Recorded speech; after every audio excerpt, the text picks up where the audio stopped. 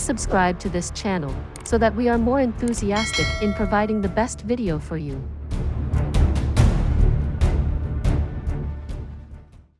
Chapter 311. It's my turn at last. I asked you, who are you?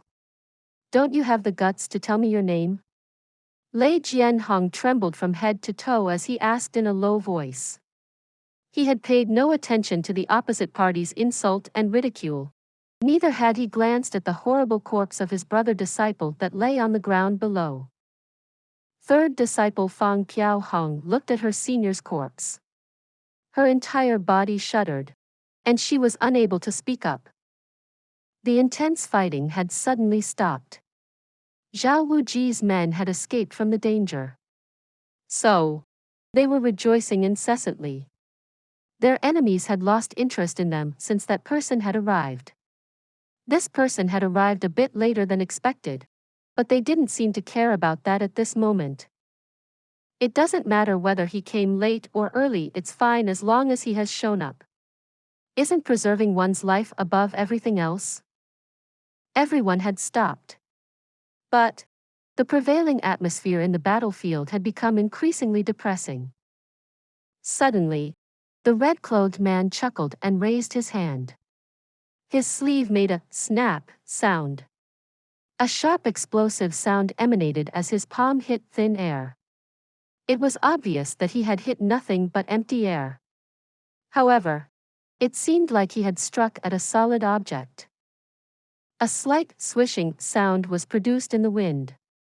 Then, suddenly and quietly, the silhouettes of many people appeared in the surroundings. The flames reflected light off each and every newcomer's body. They were clad in red clothes. Each one of them stood calm and still. However, all of them had a cold and terrifying light flashing in their eyes. It seemed like a pack of bloodthirsty wolves were waiting for a command from their alpha. The shadows of two people floated forward in the air and arrived beside the first red-clad assailant. Their bodies glittered with a dark blue light as they stood facing Lei Jianhong and Fang Piaohong. However, the visual impact of their arrival had sent Lei Jianhong's party into a shock. All three of these assailants were Sky Xian experts. If one would look around, they'd see that many of the newcomers were covered with a bright earthen yellow light. These people were Earth Xian experts. There were around 10 people who were at the Earth Xian realm. The rest shone with the misty color of rain. Jade Xian. There were 30 to 40 Jade Xian experts amongst them. Lei Jianhong's heart instantly became cold. As cold as piece of ice. How can we fight this battle? The enemy's strength far exceeds ours. And our side only has third sister disciple and me. My name? Ha ha. Senior Lei, you're not new to this world. I'm an assassin from the Blood Sword Hall. How can I tell you my name? I may not care about you too, but how can I not care about Lei Wu Bei? He's the great Master Lei.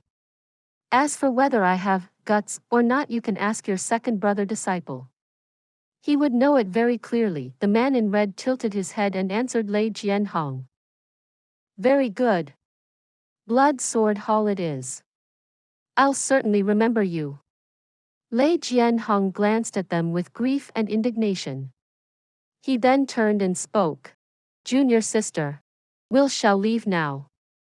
Stop, suddenly, the red-clad man shouted. Lei Jianhong halted his steps. Why? Don't tell me that you think that you can keep us from leaving? Lei Jianhong gave a plaintive laugh. Your strength is far above us and we can't match you. But, do you think that you have the strength to restrain the two of us? Lei Jianhong had spoken the truth. Both the sides were led by powerful Sky Xian experts. It wouldn't be very difficult for the Blood Sword Hall to defeat Lei Jianhong's side if they wanted to. However, it would be impossible for them to restrain Lei Jianhong and Fang Piaohong. These two could cut their bloody path of escape as long as they wanted to leave. Hee hee.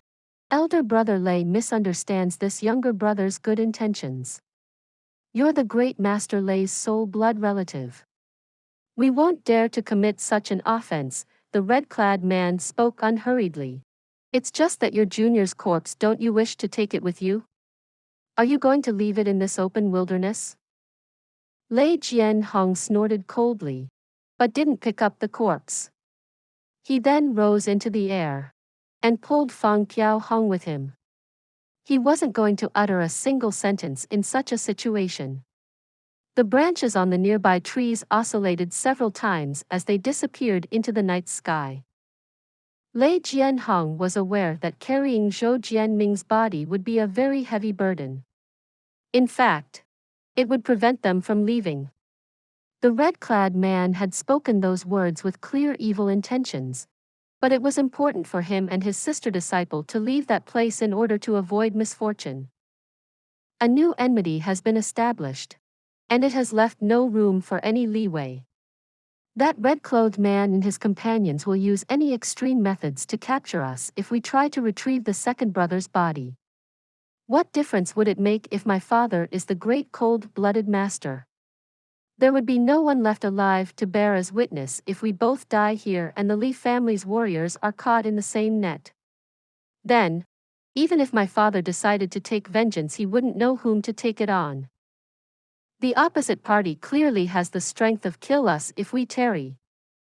Therefore, he made a prompt decision and left. The opposite party didn't see any sense in stopping them, just as Lei Jianhong had determined. Therefore, no one tried to stop them. Suddenly, a milky white mist started to rise in the dim light of night. It covered the entire area and started to get increasingly dense. It appeared as if it had formed a thin protective screen. The nights and early mornings were always misty in the wooded mountains. So, no one paid much attention to it. Moreover, a fresh burst of air had passed through the mountain trees along with that mist. This had a serene effect on everyone's heart, and they couldn't help but take deep breaths as they felt their spirits rise. However, they were unaware that Jun Moxie had climbed down the tree and had let out a deep sigh. He secretly shouted at his misfortune. It's such a pity. Lei Jianhong and his people left a bit too early. He would have been able to see it if he had remained for a moment longer. It is such a pity that I've had to put in such efforts and suffer untold hardships to make this ecstasy fragrance. Unfortunately, the two of them were able to escape this trap. The ecstasy fragrance was unsuitable for use in the battle at an earlier time, since there had been a formidable flow of xian qi. It was very likely that it would have been blown away without being able to achieve the desired effect. However, Jun Moxie had realized that the situation had now become stable enough for him to use his trump card. The ecstasy fragrance had been made from the Hongjun Pagoda's aura. It was formless to the point where it was invisible. It was traceless to the point of secrecy. However, there was little flavor to it.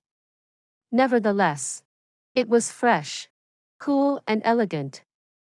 Anyone who smelled that fresh and elegant mist would lose their strength.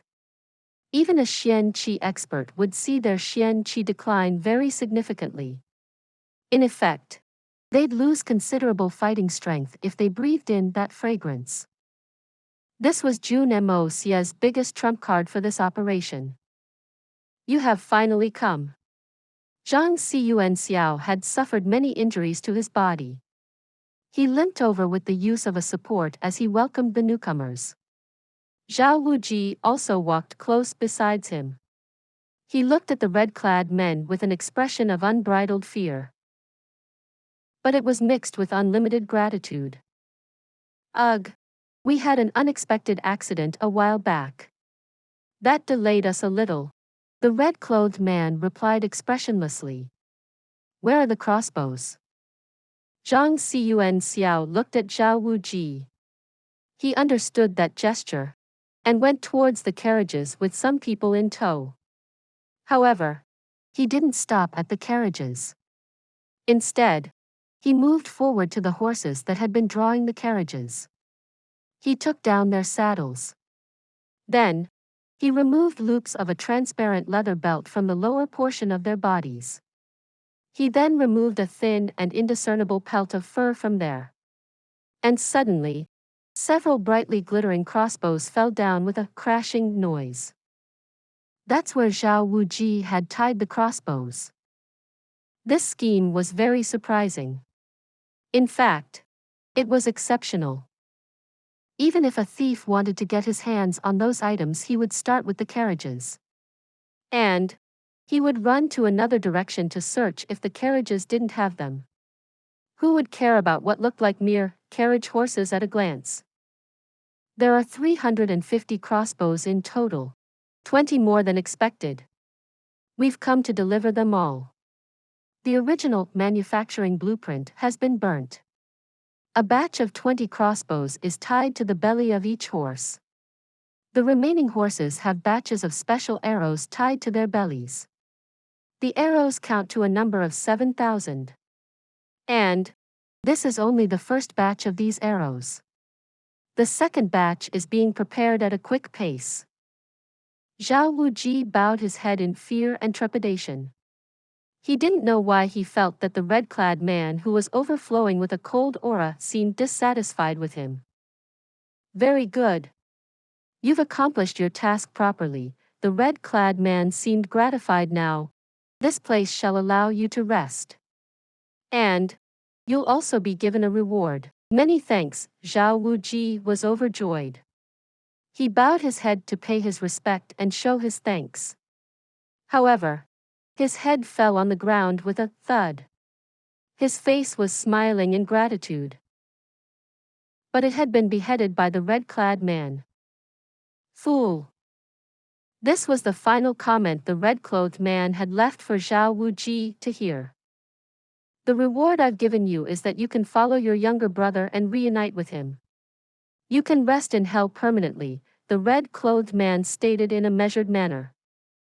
Senior Ui?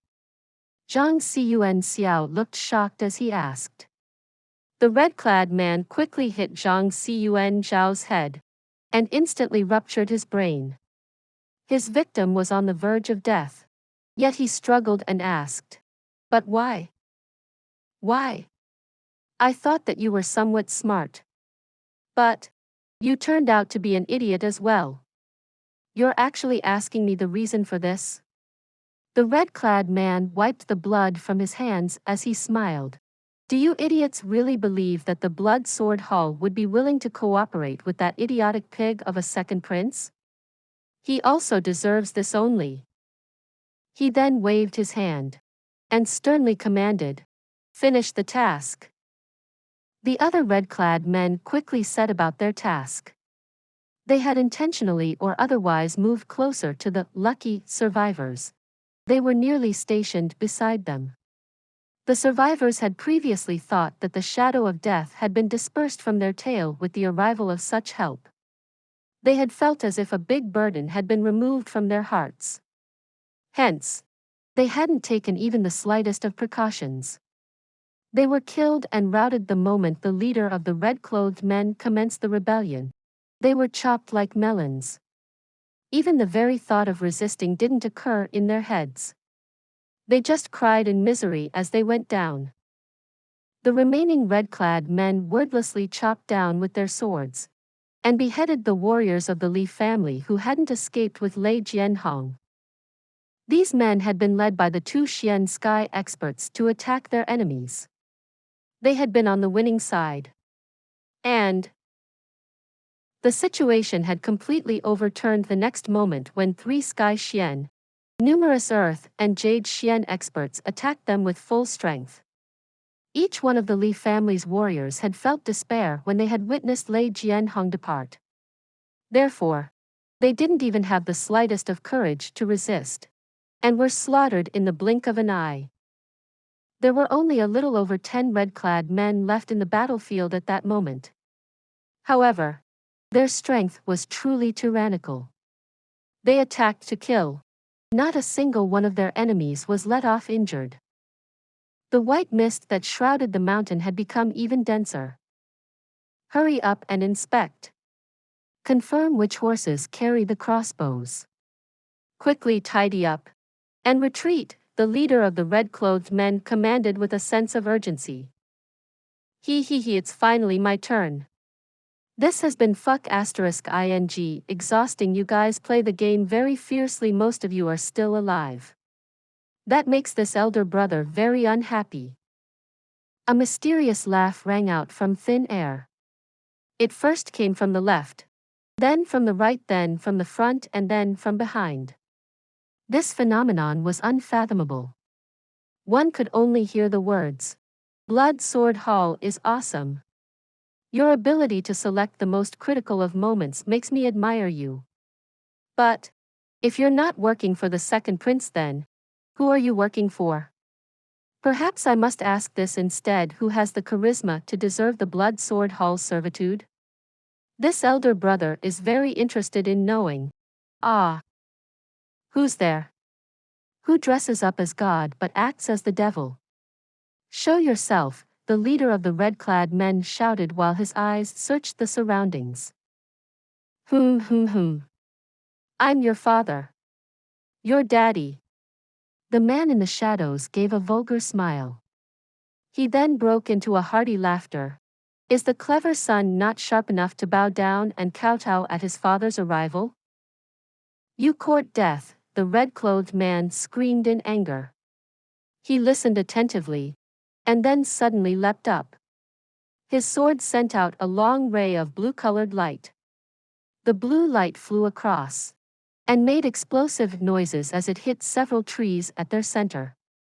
The ground made crackling noises as the trees came crashing down. They pounded on the ground and caused the dust to rise up in the air. How's this possible? The red-clad man had killed a Sky Xian expert with the power of his attacks a moment ago. But he had shouted this in a state of shock. He was shocked to discover that his Sky Xian level Xian Qi had dissipated to a great extent since the time he had sent his sword attack a moment ago. There's only the unexpected in this world. Nothing is impossible. What can be considered as impossible? The mysterious man hissed. He had remained hidden. He then roared, "Complete the task." There were explosions everywhere. The ground was suddenly overturned like waves in the sea. Silt and dust flew all over the place after the explosions. That was followed by several sturdy figures jumping out. People had suddenly started to appear from all sides. A nimble figure suddenly appeared in midair and unexpectedly made his way towards those Sky Xian men. This mysterious expert flew towards them at a great speed. The leader of the red-clad men cried, "Be careful." However, he had barely finished crying out when he saw a flash in front of him.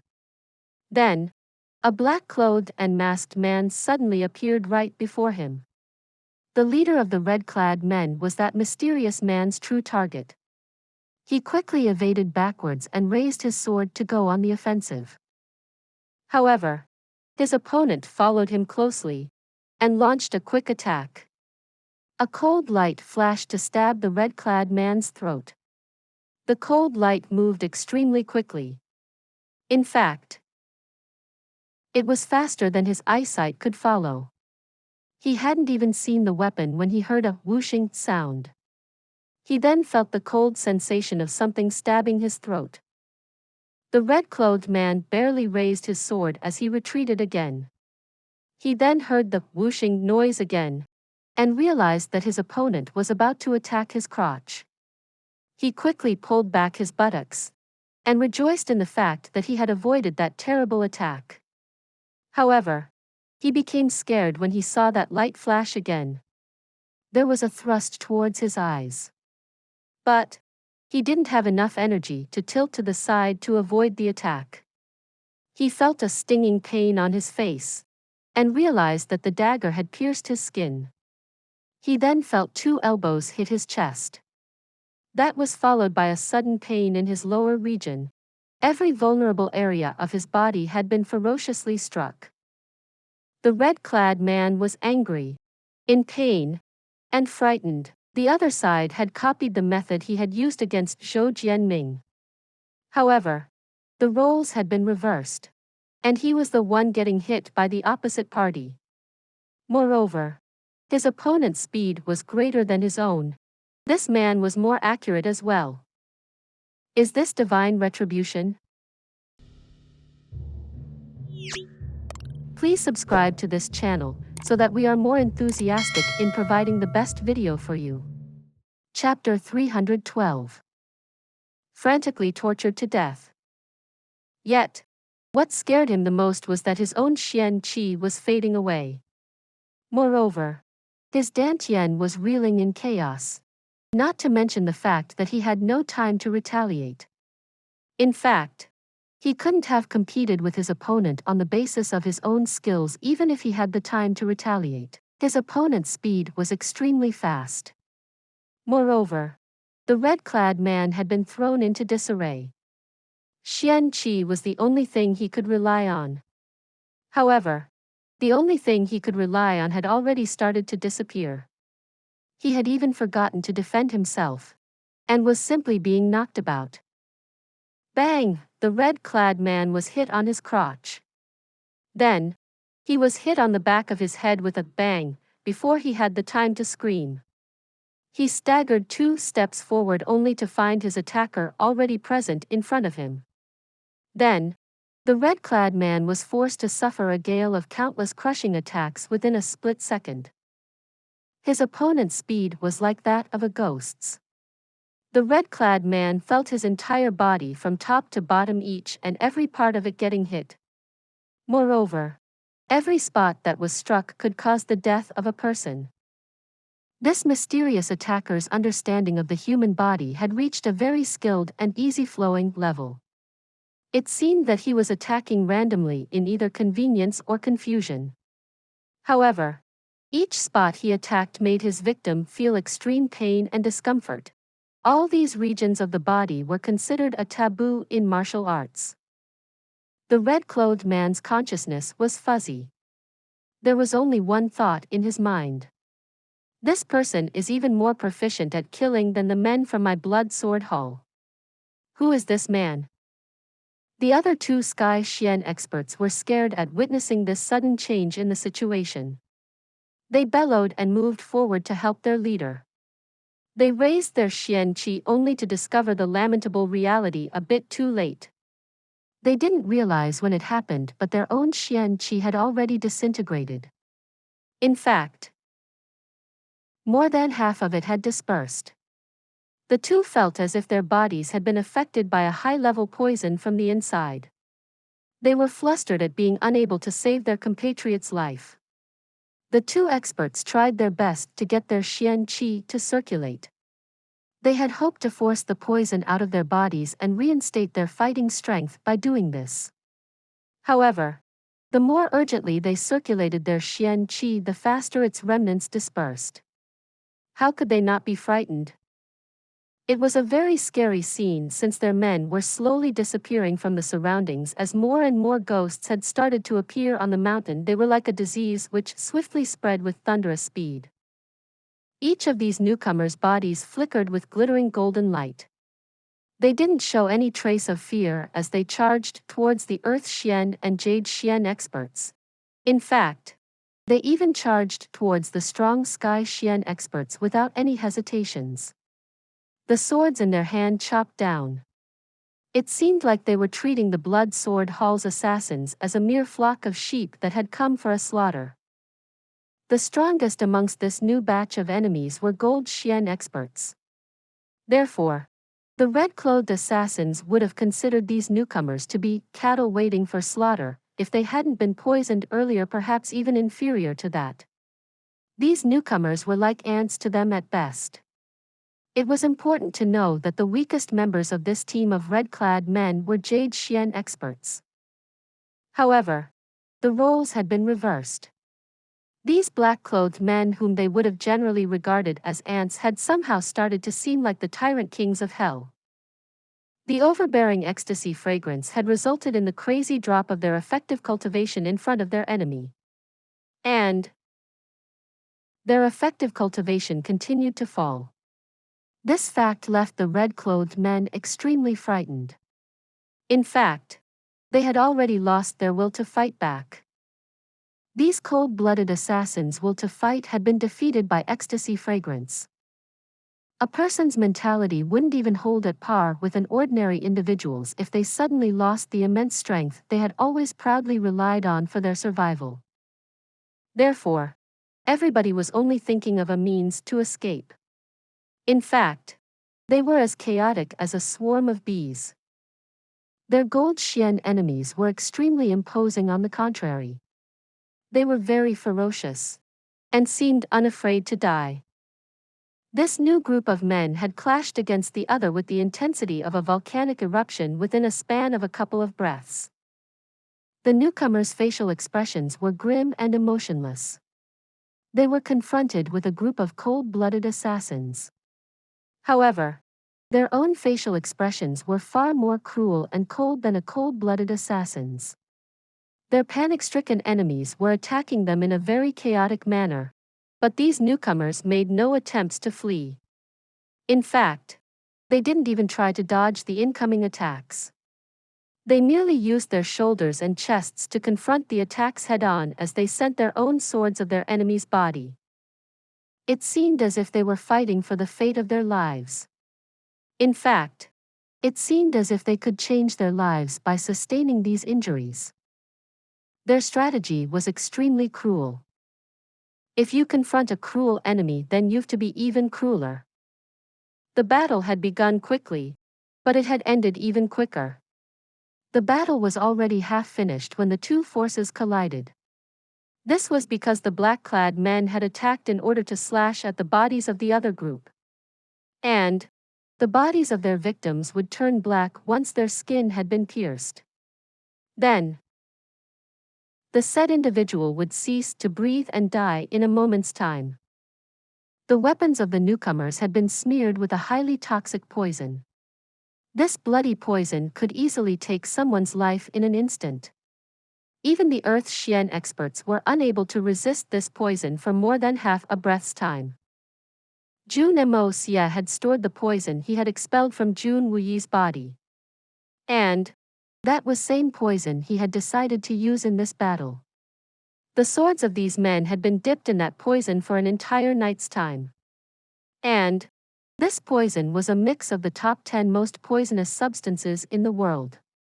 In fact, this poison could be bestowed the title of the king of all poisons. Those 200+ men were divided into different groups.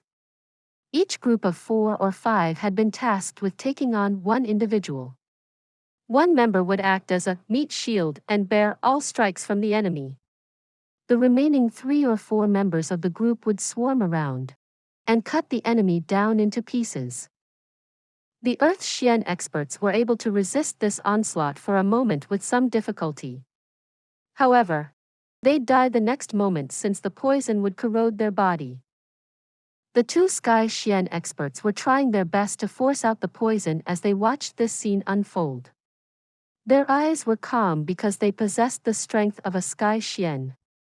However, their brows couldn't help but twitch at the sight, while their bodies started to get covered with cold sweat. These people? This group of people is considering our life and even the life of their own comrades as dispensable, isn't it? It is understandable if one fights tooth and nail in the battlefield, but isn't their strategy too barbaric? They saw a man's shoulder getting resolutely chopped by one of their Earth Xian comrades. The blade had nearly pierced the man's shoulder down to its hilt. This was certainly a fatal blow. In fact, he would have been able to cut the man into 2 parts if he had applied a little more force. However, the victim didn't even flinch. He unexpectedly turned his shoulder. This allowed the blade cut in even deeper. Then, his muscles held the blade in place tightly. After that, His comrades vigorously rushed over. They let out loud roars and turned that Earth Xian expert into minced meat. Another man's abdomen had been pierced by a sword. That was a certain fatal injury. However, just as before, the impaled man remained expressionless. He then put his hands to work. With one he grabbed the edge of the blade that had pierced him in an unwavering grip. With the other he held the red-clad Earth Xian expert's wrist. Then, he actually smiled in a sinister manner. It was then that many swords fell down from beside him, and turned his red-clad enemy into grounded meat. The same happened with another person, then another. These people. They're more desperate than a man on a death sentence. Those who are desperate to fight usually still feel fear and weakness when they are at death's door. However, these warriors had genuinely ignored the prospect of death. They were only concerned about the death of their opponents. 15 Earth Xian experts and 40 red-clothed Jade Xian experts were killed in the blink of an eye. What was crueler was the fact that none of the 55 men's corpses were preserved. Their dead bodies had been transformed beyond recognition. Their corpses were a far more miserable sight than Zhou Jianming's. It went without saying that those assassins could confirm that what they had just witnessed was the best way to kill, since the corpses had been completely dismembered. However, to witness so many dismembered bodies with their own eyes obviously came as a shock to them. This scene made the two Sky Xian experts recall their expedition into the Tian Fa forest a year back. They had gone to look for some medicines, and had unexpectedly faced a pack of wolves. However, this group of men was even more dreadful than that pack of wolves. Isn't this immense murderous intent even beyond the category of assassins? Even the most bloodthirsty and cruel Xian beasts of the Tian Fa forest won't be able to achieve such a high level. And then finally, there was an extremely mournful and blood-curdling scream. It was full of indignation. Then, this sad howl came to an abrupt stop. The two Sky Xian experts turned around in anticipation, only to see that their leader, who had recently killed the Sky Xian Zhou Jianming, had both of his hands chopped off. He hadn't yet fallen to the ground. His mouth was opened wide, and his eyes and nose had been beaten into terrible bloody cavities. They saw their leader's body being kicked high into the sky with a bang the moment they turned around. Then, a storm-like rain of attacks fell upon his body. Everything from his throat, heart, crotch, skull, all the vulnerable points of his body were being struck frantically. The two could clearly see that every attack had landed at the vital points of the body. Moreover, these intensive attacks were being carried out very accurately. This fact alone was worthy enough to make them tremble. This incessant and accurate attacking method was very cruel and cold-blooded. And it had left them to tremble. Strikes on even half of those vital points could cause a fatality. Therefore, a storm of such strikes was obviously a shocking sight to watch. Finally, the scene became still after a tart and sour, snapping sound was heard. What had just been an awe-inspiring Sky Xian expert had now turned into a walking stick. That devilish black-clothed man thrust his hand through the pit of his victim's stomach. It passed through the inner cavity like a ramrod, and pierced through his back. The black-clad man's fist firmly held a piece of his victim's heart. It was hanging in midair.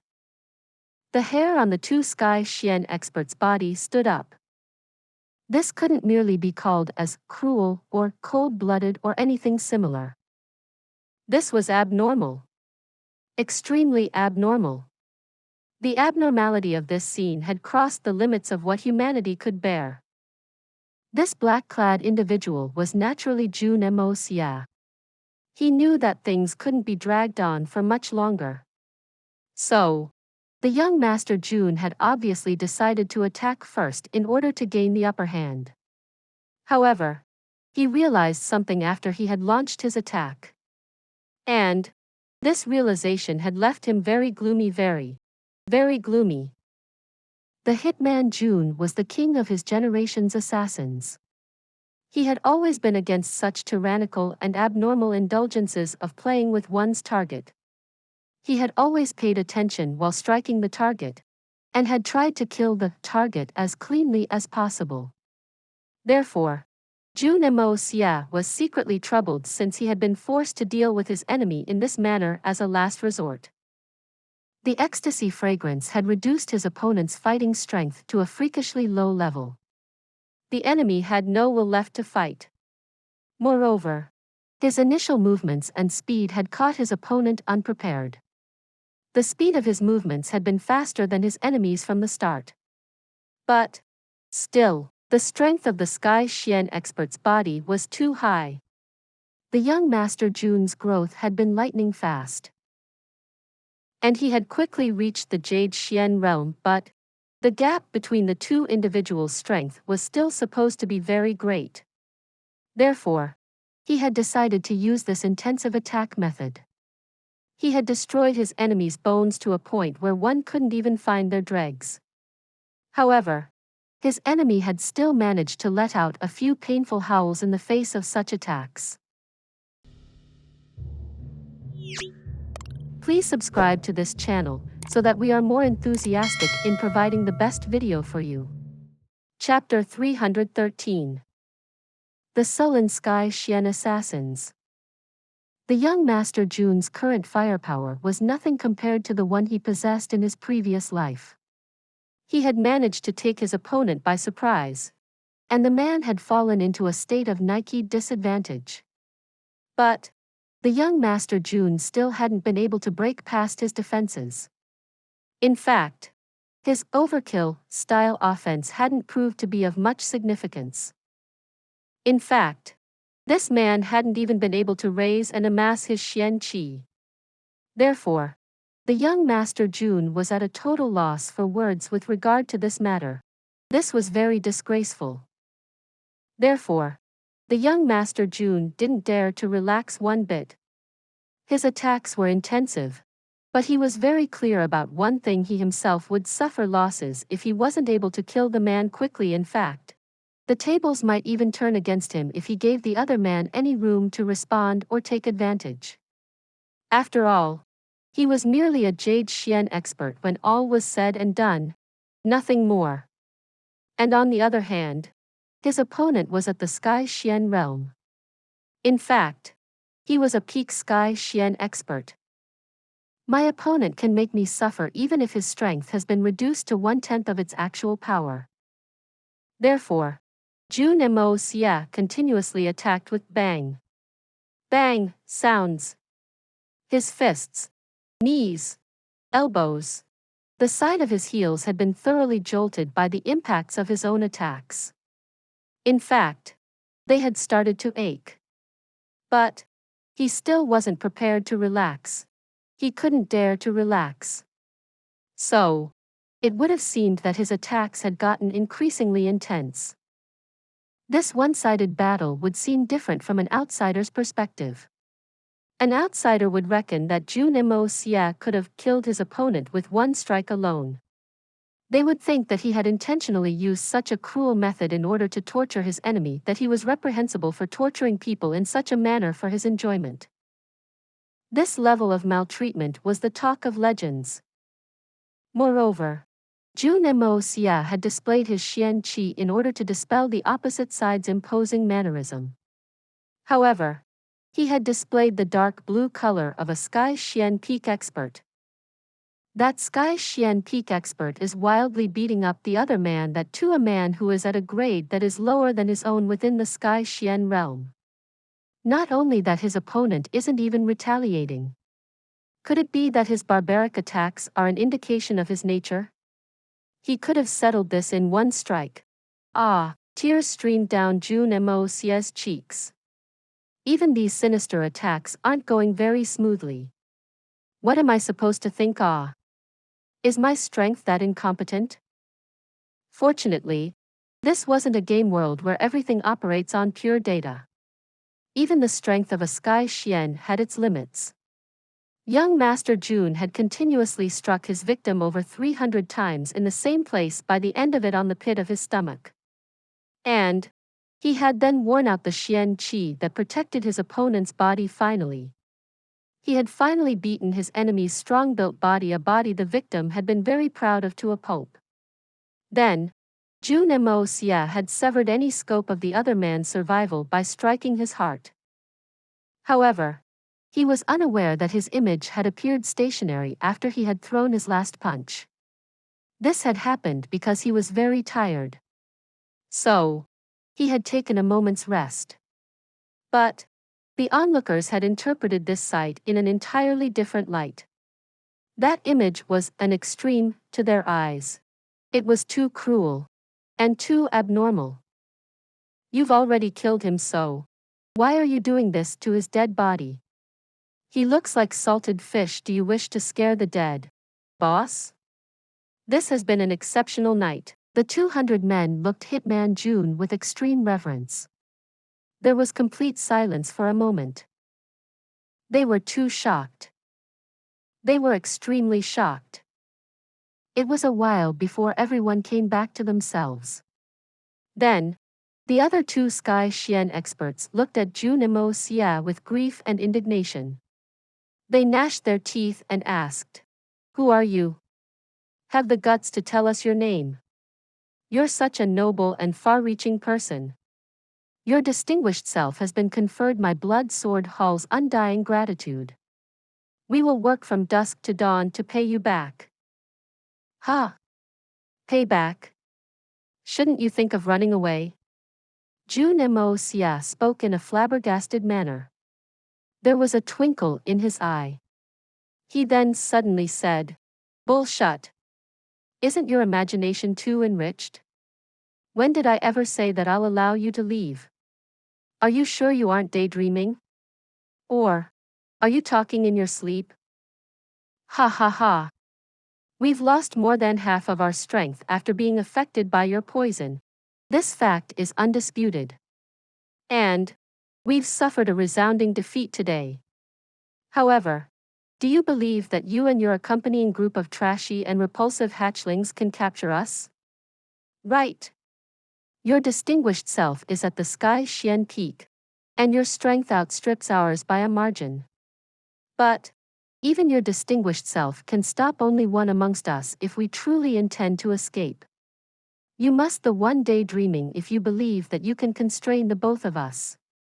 So, the person who's daydreaming and talking in their sleep is none other than your distinguished self." The two red-clothed Sky Xian experts laughed in a shrill manner. Their cold words echoed as they spoke. "We aren't afraid to tell you this in all honesty, no matter who you are or whether or not you have some backing you and your backers are toast. There'll be no beautiful dream for you, only a nightmare. An unending nightmare.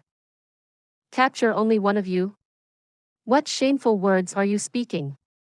I wouldn't have come here if planned to allow even one of you leave. And dreaming? We'll see who is dreaming." Jun Moxie sneered and waved his hand. "Kill them." The 200 men roared loudly. Their injuries weren't light.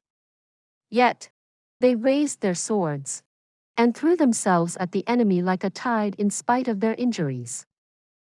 Ha ha, the two Sky Xian experts laughed heartily. Then, they suddenly leapt up and rose in the air. One of them went towards the north, and the other one moved towards the south. They moved extremely fast. Even this extremely tyrannical peak Sky Xian expert in front of us will have no choice but to chase only one of us. How can he capture the both of us since we're both at the same Xian level as him? Jun Moxie snorted and laughed. He didn't move an inch. In fact, the young Master Jun didn't even have the desire to move. He merely yelled in a cold voice, "Get down!"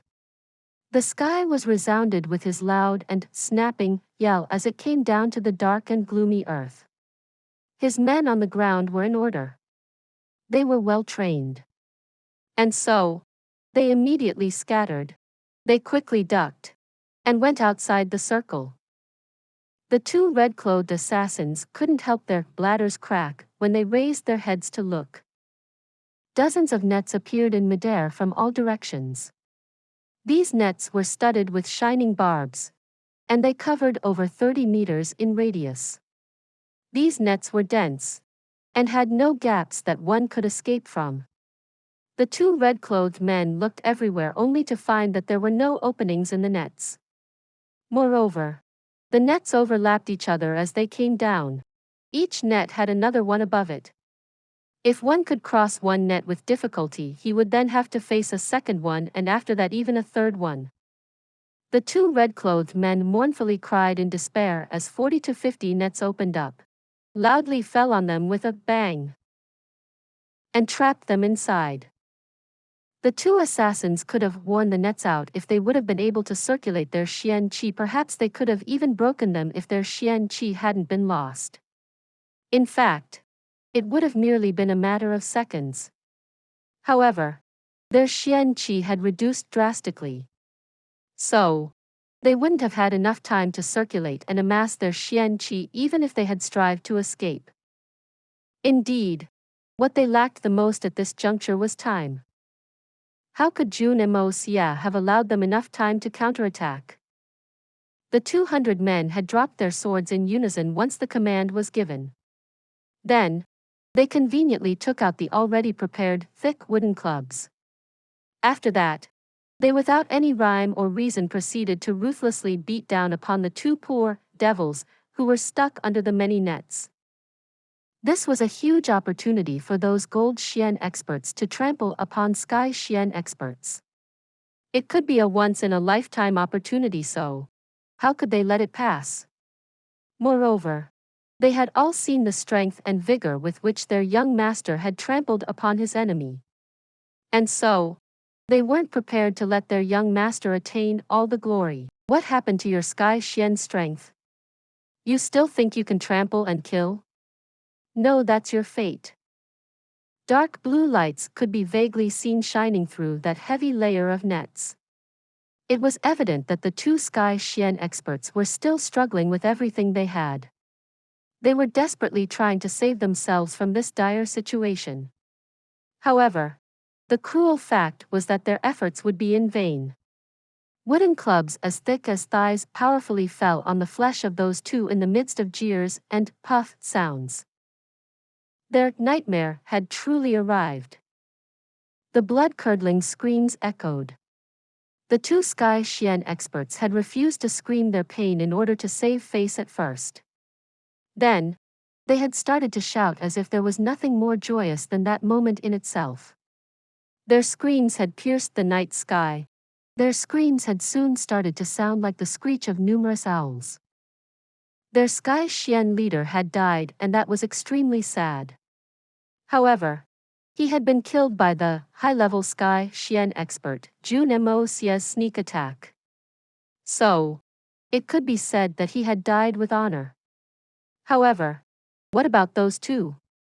They were being trampled by a group of ant-like gold Xian experts. How tragic had life been to them in the end? Come to speak of it, these two people had been pressing their luck for a tragedy. Every man goes to seek out his tragedies on his own. These two men weren't any different. Jun Moxie originally had many misgivings about these two red-clad men. They had been affected by the ecstasy fragrance, but they were still genuine sky Xian experts.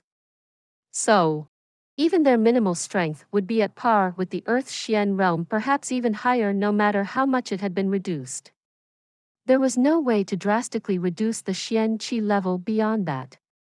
Therefore, they would have likely caused severe casualties to Jun Moxie's men if they had been allowed to go all out and fight with their remaining might.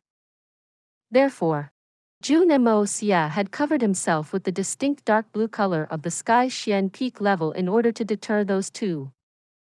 The two red-clad men had obviously thought that the only option left for them was to escape, and that too separately. And it wasn't very surprising either. After all, their strength was merely at the initial stage of the sky Xian realm. So, They would have run away when faced a peak sky Xian expert even if they had been in their peak condition. What could one possibly say for a situation when their strength had been reduced? However, their attempt to flee had fallen within the bounds of Jun Moxie's strategy. Jun Moxie had previously arranged for 54 of his men to hide in the trees. Each one of these men carried 2 nets with them.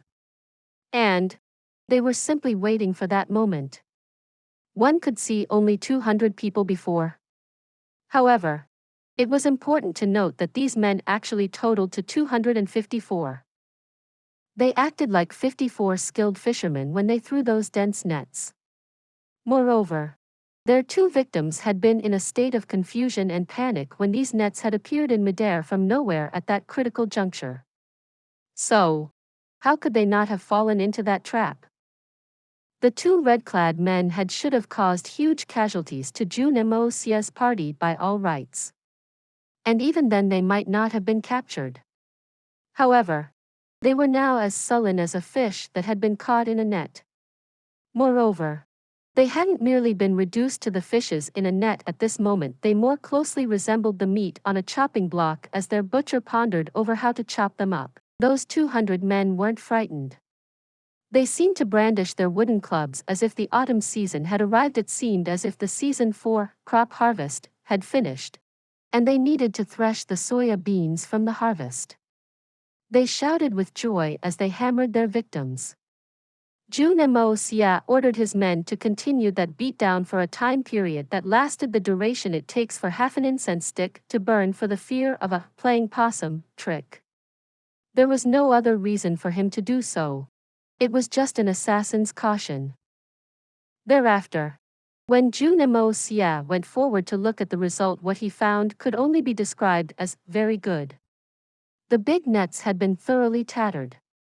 However, inside, what was inside could in no way be considered as men. In fact, they couldn't even be considered as meat. What was left inside was minced meat, 100% minced meat. Even if one slowly stews meat in a pressure cooker for a day's time, it still wouldn't become that decomposed. Jun Moxie's eyes took a quick glance around. Then, he waved his hand and commanded, "Quickly sweep the battlefield. If an enemy still breathes, quickly remedy it with a knife. Take care of our injured. Retrieve the crossbows carefully. Ensure you leave no traces. Start at once." Everyone responded boisterously. Jun Moxie raised his head and looked in the wooded mountains' direction. There was an expression of profound happiness in his eyes. The battlefield was quickly tidied up clean. Jun Moxie calmly gave the order. The men screamed in unison and turned to mount their horses. Then, the men disappeared as the sounds of rapid hoofbeats echoed. They disappeared without a single trace. All they left behind were the pieces of scattered flesh as evidence of this unusually bloody battle. Please subscribe to this channel so that we are more enthusiastic in providing the best video for you. Chapter 314. Sword pointed to Tian Fa. After a long while. Blurg, blurg, blurg, blurg, blurg. Jun Moxie turned to look in the direction of the noise. 2 individuals had damaged their lungs vomiting. In fact, it seemed that they'd even vomit out their intestines. Then, the sounds of vomiting started to rise. And soon it seemed that many people had started to vomit. Old Pang. What's to be done about this vomiting? What can be done? It's vomit. It's useless to try to solve this matter. Let's go back. Blurg. The young master's strength is extremely astonishing. But that method of his was extremely blurg. Cruel heavens. Blurg. You. Shut up. We'll talk about this later. Blurg. There was a gloomy warbling sound. Around 10 men came out from their hiding places and showed themselves. Their faces were pale, and the corners of their mouths were dripping unceasingly. One glance at their faces was enough to determine that they had been vomiting quite heavily. It seemed that someone had taken the initiative to issue an order to these men, and they quietly departed. However, that person hadn't shown himself from the start to finish. In fact, it was almost as if that person was never present in the first place. The deep curtains of night fell down. They concealed the crimes and dispersed the bloody events. The atmosphere had become peaceful and quiet again. The Jun family residence. It was already after midnight, yet Grandpa Jun's study room was still brightly lit. Jun Moxie was quietly returning home with his men when he saw that light, and suddenly felt a poetic feeling in his heart. So, he started to sing in his mind. The night is calm, and the stars are glittering in the sky. The light still shines clear from grandfather's window up ahead. He's working his heart out to write the research material. His tall figure is reflected in my heart. The young Master Jun had his own way of enjoying himself. He went to his room and went to sleep. The two teams of his men rested, reorganized, recuperated, and healed. Besides the 350 crossbows and 7,000 accompanying bolts, they had also found 20 to 30,000 silver taels. Jun Moxie had generously divided them amongst his 200-plus men. Those who had sustained injuries were given an additional 50 taels. This had left everyone very happy and satisfied. His medicinal dawn were curing the wounded men's injuries at a rapid pace without any major problems. This was only natural since the young Master Jun had very high-level skills in the medicinal field. His troops had received many injuries in the battle. A few of them had received grave injuries. And there were some injuries that were so serious that they could be considered as fatal. However, could these serious injuries prove to be a big deal with the young master's various medicines at hand? These injuries would obviously be cured within a short period of time. The emperor had lost his soldiers, his money, and his crossbows.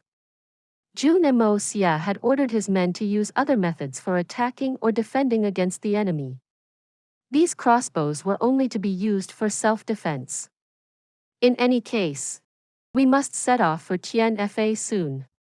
We needn't fear about being discovered if we use these crossbows in Tian. Jun Moxie had just settled down. Old Pang had also quietly led his troops back to the Jun residence. Their faces were green, and their lips were white. Their footsteps were weak and unstable. Inside the study, Lord Master, we've returned at last. Your subordinate has nearly madly vomited himself to death. Old Pang gasped for air with difficulty. What happened? Grandpa Jun was bewildered. It was the young master. That method of his is very cruel, Blurg. Old Pang continued to speak even though he felt nauseous. Cruel? What's the matter? Tell me properly. Grandpa Jun was even more bewildered now. Old Pang came from a family of warriors. He had been at his side for many decades. He had spent more time on the battlefield than Jun Wui had. In fact, it wouldn't be an overstatement to call him a veteran of 100 battles. What cruelty had he not seen already? He had killed at least 100 warriors himself. And that too was a conservative count. So, what could have possibly left him to look like this? Blurg. Old Pang retched as he tried to speak. But he was finally able to. My lord, I've seen men getting killed. I've killed many men myself. But I've never seen anyone beating a live person to death like that, and then stretching one's hands only for it to come out from behind a man's chest cavity with his heart in the hand. And as for the other two men, their corpses can't even be called human corpses. They resembled dumplings more closely. Even the process of chopping wasn't required anymore. Do you still need me to explain in more detail? Blurg. Don't talk about it, shut up. and quickly go outside to vomit. Get lost. Blurg. He hadn't finished speaking, but Grandpa Jun could well imagine the scene. He couldn't help but burst out retching. Old Pang's evil scheme had prevailed. He chuckled in an evil manner, and went away like a wisp of smoke. It's not good to vomit alone. Everyone should get to vomit. Everyone should be treated equally. This is fair and equitable. However, Grandpa Jun was a top-notch warrior at the end of the day. He only retched for a moment. Then, he resumed his natural state. In fact, he couldn't help but smile as he muttered to himself, "This little devil is full of surprises." That stealthy poison was really I can't tell how many more cards he has hidden in his hand. However, one expert inside the Jun family was very depressed. This expert was the same person who had recently been made the commander of the Tian FA expedition, Jun Moxie. He had personally led men to the Ni Chang pavilion in order to arrest and kill Heir and everyone else. After all, the crossbows had arrived and their operation had already begun. Therefore, Heir and the others had outlived their usefulness. This was part of Jun Moxie's plan. However, they rushed into that place and found it empty. They inquired and found that Heir had vanished on the dawn of that day along with everyone else. And she had left no trace behind. Jun Moxie was extremely disappointed. He had used a mountain to smash an egg. Even a standard stone could smash an egg, but he had failed to do so. He was depressed, really depressed. Where was the information leaked from? This thought had greatly puzzled him. Jun Moxie stood on the edge of the convened gathering on following day's dawn. He had to depart with the army in the afternoon. So, Jun Moxie was racing against time in the true sense of the meaning. "Fatty, I'll be leaving later. Take proper care of the aristocratic hall. Bear that responsibility for me. In addition, I will supply you with some medicinal dawn. Hold an auction for them every so often. And auction a very small amount. Ensure that you protect the secrecy of the relevant information. And as for the money you acquire from the auction, don't hesitate to spend it to acquire rare ingredients. You needn't spend much effort to acquire the ordinary ingredients anymore. And don't collect the medicinal herbs the way you had previously done." Jun Moxie handed Fatty Tang a bottle of the multi-cure Dan, a bottle of the mysterious Yang Dan, and a bottle of the missing Yin Dan in order to earn profit. He wasn't going to sell the efficacy-increasing 10 years Dan. However, these 3 dawn were enough to cause widespread sensation. "Little Yang Mo, you needn't be involved in the aristocratic hall's day-to-day transactions and workings. However, if someone from the royal family comes and proposes something, whether it is excessive or not, whether it is unreasonable or not, you will handle all of it. After all, Tang Yuan's identity is inconvenient for this. You understand, right?"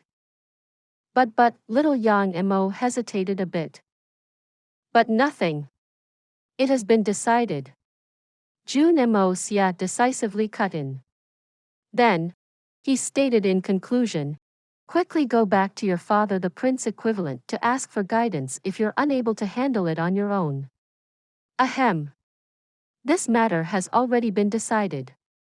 We won't speak of it again." The decision was squeaky clean. So, Yang Mo departed with some worry on his mind. Then, Jun Moxie turned to Tang Yuan.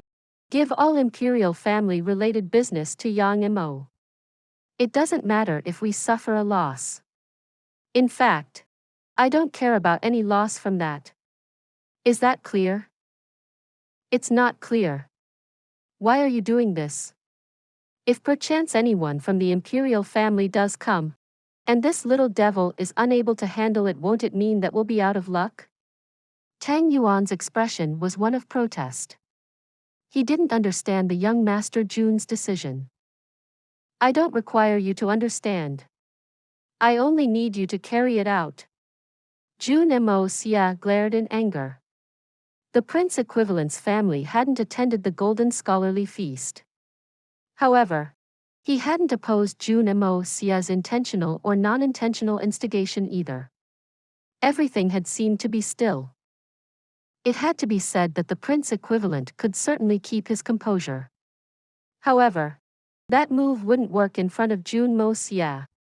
So, you're keeping calm? Good. I'll just add to the fire. You think that you could just put up some money on the table and buy a share and then this young master will keep making money for you? How can it be that easy? What's the point of giving you so much money if I can't even tie your family to the Jun family's war chariot? This isn't exactly open-hearted. And it can be considered very mean to exploit a child.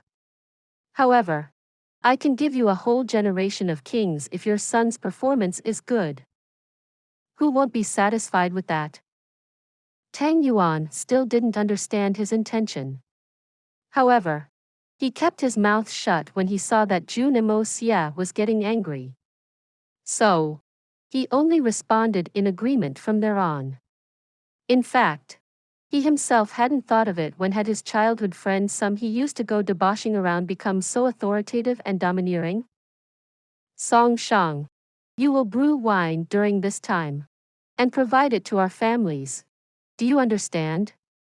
You will also be responsible for the aristocratic hall's security at night. Ensure that no mishap occurs. I understand, Master.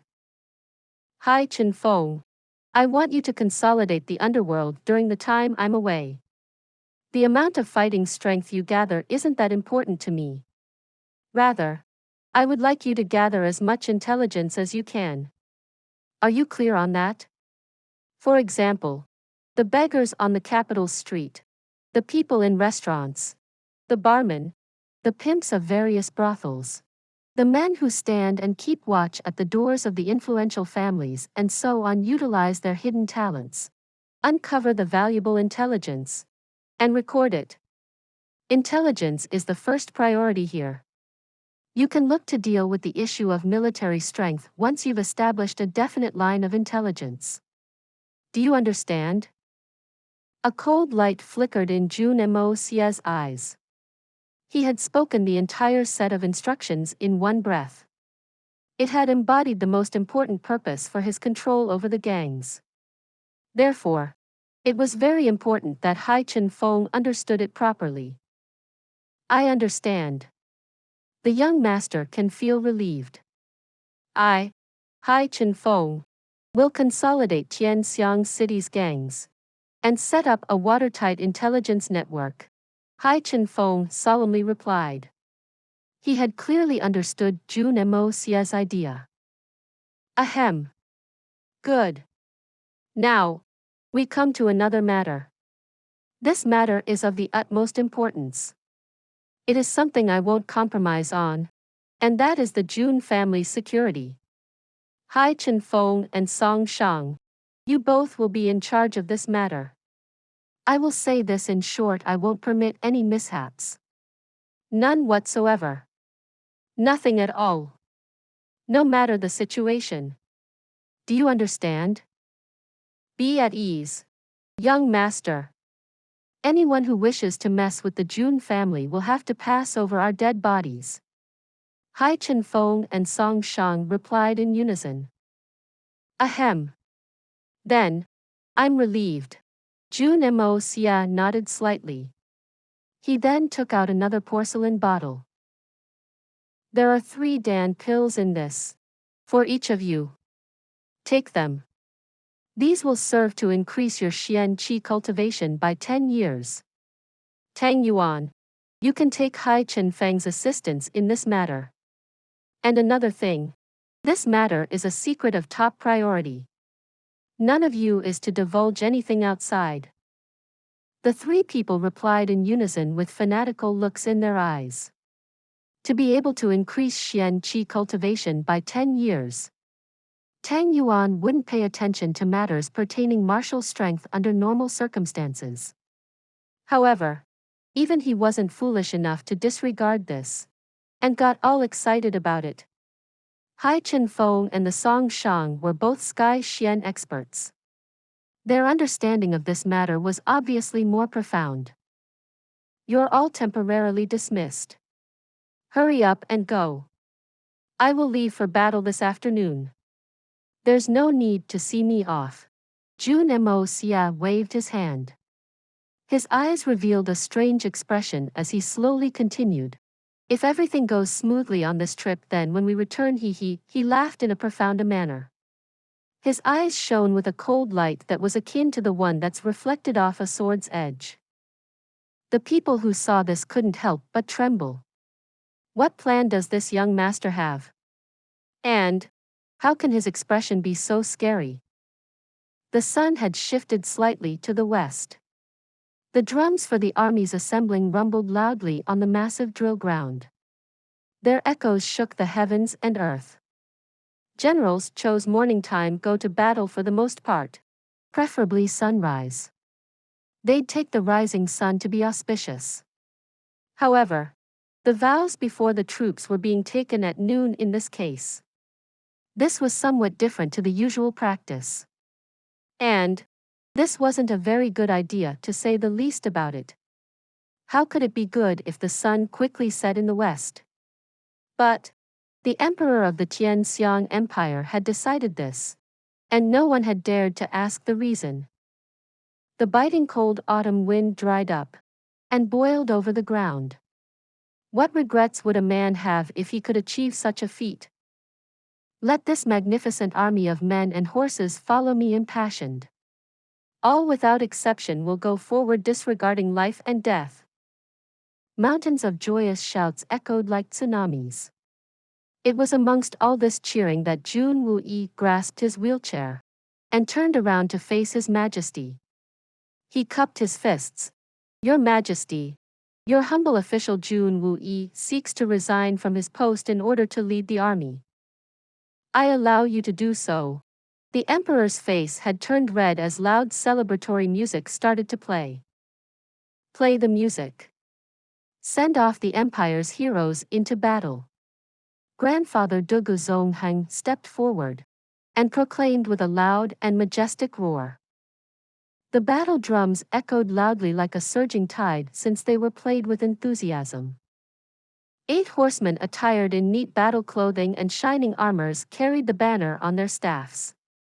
They led the way on their 8 horses. The biting cold autumn wind blew upon the large banner and made it rise up. It was the color of blood and had a single golden word on it, June. The eyes of some of Tian Xiang's veteran soldiers had welled up with tears. The Jun family's war banner. This banner had always symbolized unparalleled victory. This flag was a banner of iron and blood. It had finally risen again after an absence of 10 years. However, it still excited everyone's souls, just as it had in the past. It still rolled up in this weather, just as it had in the past. The sound of hoofbeats was methodically emanated. The echoes rose as squadron after squadron of brightly armored cavalrymen moved out in formation, and slowly formed a vast and mighty torrent of steel as they galloped away in the wind. A blade was raised towards the blue dome of heaven. The sword was pointed towards Tian Fa. The hero of 100 battles had moved out. And the hero's blood hadn't gone cold yet. Tian Fa. I'm coming. Please subscribe to this channel so that we are more enthusiastic in providing the best video for you. Chapter 315. To violate the army's disciplinary laws. The day after the army had set off, or to be more precise on the midnight of the day the army had set off, the real client of the blood sword Hull, the emperor of the Tian Empire, finally received the news he had been waiting for. The Zhao family's men who had crossed into the capital's region had been wiped out along with the troops they had hired from the Southern Trade Union. The second prince's divine storm guard had suffered the same fate. The emperor didn't find this news report shocking. In fact, it was expected. Otherwise, wouldn't things have failed to live up to his arrangements? However, the news report wasn't limited to this information. This was because the annihilation hadn't been limited to the aforementioned deaths. The members of the Blood Sword Hall who had taken part in the operation had also died a violent death. The 3 Sky Xian experts, 15 Earth Xian assassins, and 40 Jade Xian assassins all had been eliminated. This news was shocking. In fact, it was extremely shocking. One would have needed immense fighting strength in order to destroy such a force. And this was different from an ordinary defeat, perhaps even an attack and a rout situation. Rather, it was the complete destruction of an entire military group. Not a single person had been able to escape. In addition, the main reason for these events had disappeared without a trace. That is the meticulously manufactured ultra-killing weapons made using the Xian beast's tendons and highly tempered steel, which several powers had been vying and hoping for, had also disappeared without a trace. The emperor had ransacked his table, and his cup had fallen down. The spirit of his gloomy face didn't revive for many days to come. The crossbows and the strength of the Blood Sword Hall had held great importance for the emperor. He had never expected that his flawless arrangements would go awry instead of capturing those crossbows. In fact, he hadn't merely lost out on the crossbows. He had also lost the elite troops that constituted nearly half of the covert martial strength under his command to this unfathomable mystery. The fact that made him even angrier was that this event had left no clues behind. So, he couldn't determine who had been behind this incident. So much so that even the tiniest clues hadn't been left behind. How wouldn't the Tianxiang Empire's emperor be gloomy? How could he not be angry? This gloom and anger resulted in a cloud of worry and a fog of misery in the imperial palace. Everyone trembled with fear and treaded with caution, since no one wanted to anger the unhappy emperor. As for the effect of the news of this event on the second prince, he fainted when he heard this news. This isn't an exaggeration, he had genuinely fainted on the spot. That was understandable. After all, he had suffered the greatest damage amongst all the participants. He had expended the highest amount of resources from the start to the finish. In fact, he couldn't afford the final outcome of it. The second prince had paid for the raw materials that were required for the manufacturing. In fact, he had paid a very high price for them. Perhaps one should say that he had paid an astronomically high price. Then, he had paid double for the manufacturing cost. The prince had also engaged a lot of manpower for the transport arrangements. And now, he had suffered a dead loss. Moreover, his divine storm guard had also been annihilated in its entirety. They were the second prince's most elite troops. One could say that he had gone bankrupt while paying for another's wedding dress. The fact that was even more exasperating was that he didn't know who that other person was. The second prince probably wouldn't have been able to figure out a way of responding to this situation if he hadn't already fainted in the first place. Another person was similarly gloomy. It was Li Yuran. The young Master Li hadn't suffered the loss of a fortune like the second prince. But he had still paid a considerable amount. One could say that he had lost his hard-earned savings. He had sent half of the most elite of his family's secretly trained warriors for this task. And they had been completely annihilated. Moreover, one of his senior brother disciples was killed and turned to minced meat. However, the fact that made him even more depressed was that he didn't know whom to retaliate against. Should I look for the Blood Sword Hall? Should I find that assassin and take revenge? Wouldn't the great cold-blooded Master Lei Wu Bei go mad if he didn't take revenge? Moreover, his two remaining senior disciples had been so shaken that they hadn't even brought their deceased brother disciple's body back. In fact, he reckoned that his senior brother disciple and his senior sister disciple wouldn't stay with him for long either. 9 senior brother disciples and 1 senior sister disciple had come to Tianxiang City a fortnight ago in order to help him with his plans. However, 8 had already died by now. And the remaining 2 had transformed into thoroughly frightened creatures. The Li family's young master Li Yuran resented this situation to no end. Something else had also added to the fire. He had sent some of his powerful seniors to formally gain control over Tianxiang City's underworld a few nights ago. However, they had unexpectedly been attacked the same night, and had been forced to retreat. And the Yin-Yang gang had engulfed the entire underworld as a result. The Yin-Yang gang had already become the biggest group in Tianxiang's underworld. In fact, they didn't have any competitors. Senior brother Lei Jianhong and senior sister Fang Piaohong fought the enemies tonight. These 2 Sky Xian experts battled the counterparts. Their enemy's strength was indeed greater than my seniors. But these 2 senior disciples have failed in the true sense.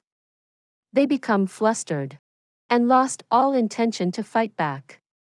A Sky Xian expert must at least be able to maintain their composure and status. Li Yuran was especially angry at that point. And the 2 seniors had also realized their problem. They were ashamed of letting their junior down, and asked him to let them leave. They wished to find Master Lei Wu Bei in order to discuss the countermeasures with him. Li Yuran had readily agreed. He had naturally provided them with a great amount of money for their travels. He had politely seen them off to their journey as well.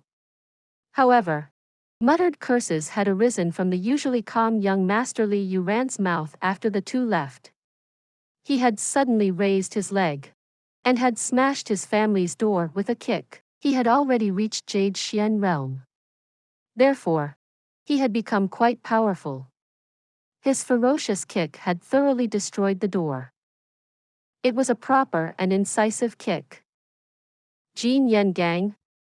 You think that I don't know that you're Jun Moxie's people? Li Yuran's fists clenched. Then, his expression had gradually calmed down, and he had slowly loosened his fists. Suddenly, a gentle smile had stretched across his face. Jun Moxie has left the capital now. Do you think that I won't be able to deal with you now? Do you think that I won't be able to handle you now? I have many risks. It would be hard to beat you head-on, but roundabout ways can also achieve the same goal. The young Master Jun's blood had boiled during the ceremony of vows that had taken place before they had set out to war. This was the first time that he had felt like a hot-blooded heroic son of a military family. However, Jun Moxie had found himself unable to bear the military's customs after merely half a day's journey from the capital. It was too much for him to take. That's forbidden. That won't do either. Jun Moxie had later discovered walking without consent, and even laughing or speaking out of turn was improper in his third uncle's eyes. Jun Wu Yi had stayed away from the military for more than 10 years. But this barbaric control of the army had brought victories in the past. He seemingly watched over those who weren't pleasing to his eyes with a cold and scowling face, and acted against them with swift and decisive decisions. He would especially nitpick with the group of debauchees headed by his own nephew even more harshly for no reason since they weren't pleasing to look at. So, if he saw one of them he would scold that one youngster. If he saw 2 of them he would scold them both. Therefore, it was fair and reasonable that Jun Moxie, Murong Qian Jun, Meng Haizhou, Meng Fei, Li Zhen, Li Feng, etc. These young masters of the various families were left to whine to no end. Jun Moxie knew that his uncle would need strict authority over the military to hold the battle formations. For that, His uncle needed to establish his prestige. He would need to set up the image of harsh and firm military discipline, since that would ensure strict obedience when they marched into a battle. Could they possibly go to war if indiscipline was rife in the army? That would be like marching to their death. Therefore, Jun Xie needed several out-of-luck and donghua scapegoats in order to establish his prestige. It was a classic case of killing one to warn the many. He would set an example as a warning to others in order to implement military discipline. However, Jun Moxie hadn't expected that he would be the first out-of-luck scapegoat. This incident would sound rather melodramatic. Jun Moxie had been riding his horse and had been fighting an urge to urinate for half the afternoon. He took a look around. They had left the city's walls long ago. There were woods to his left and farms to his right. Some hamlets could be seen a little distance ahead. The troops are advancing forward without a break. So, how do I deal with this? This was an extremely difficult situation for the young Master Jun. So, he swung his leg down his horse. Then, he stealthily slipped away to some nearby trees. He untied his trousers and let out a single stream without any restraint. There were several trees before his eyes. The magnificent army was marching forward behind him, very close behind him. In fact, they were so close to the trees that the men at the extreme opposite side of this procession of troops could stretch their hand and fish out a bird's eggs. Therefore, the young Master Jun let out his urinary stream in a highly spirited and invigoratingly straight line. He had burst out to his heart's content. Then, he shook it quickly after he was finished. He was about to pull up his trousers.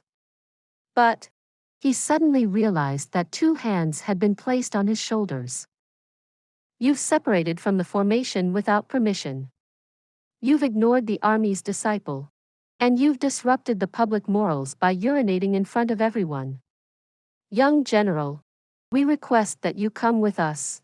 2 military police personnel arrived like heavenly troops and caught Jun Moxie red-handed. What, doesn't that sound unreasonable? I obviously have my back to everyone. So, how can you say that I was urinating in front of them? Jun Moxie contended on strong grounds. However, the 2 impartial law officials grabbed him and took him with them. The pitiful young Master Jun didn't even get time to pull up his trousers. His thing was somewhat discernible to prying eyes. He was seized and brought under the graceful banner of Jun Xie. The results were good. And Jun Xie, the commander from the Jun family, put on a show in front of his headquarters. He ceremoniously punished Jun Moxie at the official gates with the serious penalty of 20 lashings with truncheons. If the punishment was too heavy for this crime, then no one called it heavy. And if it was lenient, then no one called it that either. No one asked mercy for Jun Moxie. But that was only natural. Everyone knew that Commander Jun had found an excuse to put on a display. Moreover, the young Master Jun didn't have friendly relations with anyone there. Most real men don't cry in such situations. However, Jun Moxie nearly wept. He looked up and clenched his teeth as he said, "Third uncle, you are using your authority to bring about order. It is this little nephew's bad luck that he had erred a little, but this is the first time." Silence. We're general and subordinate in the army camp. I'm not your third uncle. And you're not my nephew. Deputy General, you've spoken rudely. And you've disrupted the army's discipline. Add 10 more hits to his penalty. Third Master Jun expression was serious. Young Master Jun clearly understood that he dare not utter another word. He was sure that he would be hit many more times if he spoke up again. The truncheon crackled 30 times, and everyone kept quiet. Many debauchees were present there to witness, old and young. They reveled in his misfortune, but they didn't speak a word. That itself was a desired result. However, Commander Jun was aware of his nephew's skills. It would have seemed that Jun Moxie had suffered serious injuries when one looked at his posterior turning all red and blue. However, it wasn't a big deal in reality. In fact, it wouldn't have harmed him much even if he had been struck 300 times, let alone 30 times. However, he had just caught his nephew red-handed after the military operations had already started. And so, he hit upon an idea. This kid heired. He's extremely undisciplined. This isn't a good thing. The Jun family was a family of generals at the end of the day. So, he had decided to use that opportunity to carefully temper his nephew's temperament. This would be important in laying out a foundation in case he had to lead troops into battle in the future. As a matter of fact, this idea's origin could be barely credited to Jun Moxie. Grandpa Jun had exhorted him to ferociously train Jun Moxie before they had departed for war. In other words, he had been given this license by Grandpa Jun himself. So, the third Master Jun had prepared himself to ill-treat his nephew in an unrestrained manner. However, it was still a bit too much for the youngster's first act of indiscipline. Jun Moxie covered his buttocks after he had received that lashing of 30 truncheons, and walked out of the commander's tent with his teeth gnashed. Then, he started to look around for someone he didn't like. Ah! Is that the all-powerful Jun family's third young master? What's with that expression? Is this the first time the commander has educated you? He, third young master Jun. You look very handsome when you cover your butts with your hands. This young master really admires you. Jun Moxie had been his rival in love over Princess Ling Meng in the days gone by. So, the Murong family's young master Murong Qian Jun peculiarly shook his shoulders in an exaggerated manner. In fact, it seemed that he was deliberately making a crackling sound of laughter. Meng Haizhou and others were present in the vicinity as well. They roared with laughter at this. Jun Moxie didn't say a thing. He simply walked over and stationed himself in front of Murong Qian Jun. Then, he suddenly snatched a pike from a soldier who stood beside him. He then used it as a truncheon, and rained down attacks on the opposite party. He drilled in an attack with that pike truncheon at a very fast speed. This young master had found no place to vent his belly full of anger. Yet, you still dared to provoke me? Are trying to court your bad luck? This is what they call intolerable. This young Master Jun, at the very least, won't tolerate it. What else could Murong Qian Jun expect? The other party had erred, and had broken the army's discipline. And then, the former had still tried to take his case in front of their peers. However, he had been caught off guard by the young Master Jun's retaliation. He wouldn't have been able to avoid it even if he had been prepared for it. He was struck by the truncheon. His eyes instantly filled with a golden light, and stars started to glitter in front of them. The Murong family's skulls were rather perfect in their bone structure. The pike hit him dead in the center, and broke off. Murong Qian Jun's skull was perfect, but his forehead was even superior in quality. A red lump the size of a finger, and as thick as an egg, rose up right in the center of his forehead at a visibly astonishing speed. In fact, it even made a whooshing sound. It erected straight up like a unicorn's horn. Oh! Isn't this the graceful and elegant young Master Murong? Is that a pen asterisk S on his head? Don't tell me that this is his innate talent. Is it possible that his thing isn't inside his pants, but on his forehead instead? It's a pity, such a pity, that there's only one egg to it. But it has a very graceful shape. In fact, It is unrivaled all throughout the land. It is genuinely unprecedented. I truly admire it. Jun Moxie burst out laughing as he made a gesture with his head. His gesture couldn't be considered as lame in front of that shape on Monarch Jun's head. Then, he threw away the now half-pike and left with long strides. He had exported his chi in this strike, so that the pike hit Monarch Jun with just the precise amount of strength, and his skin didn't break.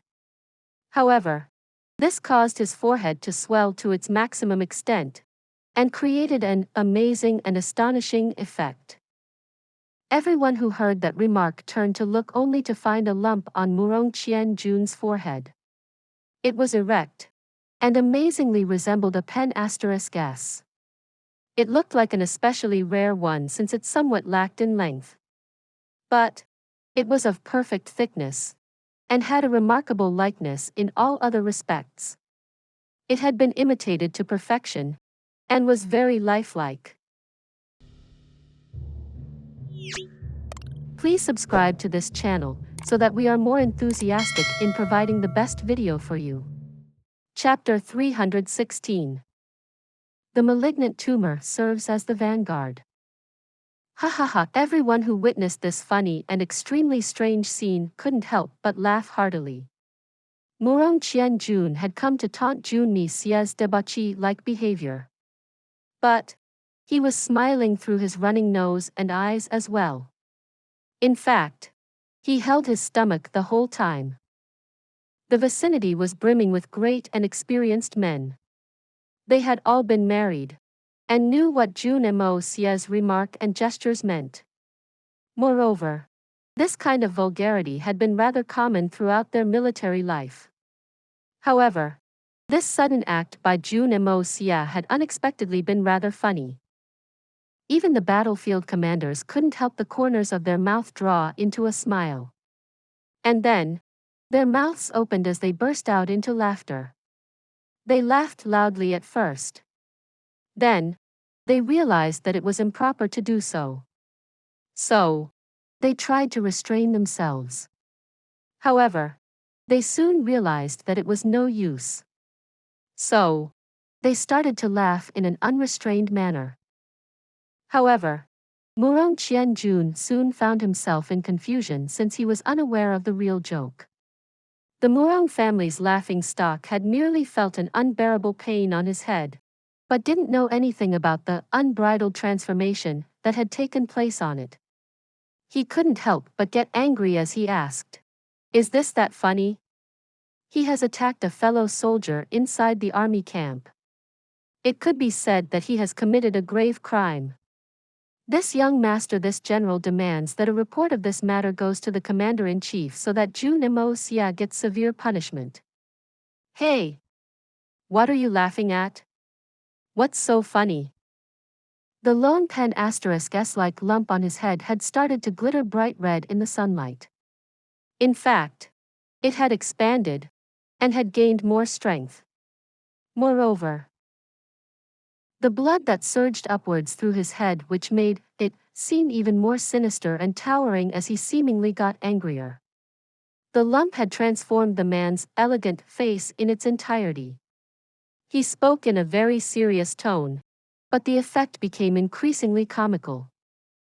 He had asked everyone to restrain themselves. But they weren't able to change their outer appearance, and continued to laugh. Everyone held their bellies as they started to roll around on the ground. Ah! This is extremely funny.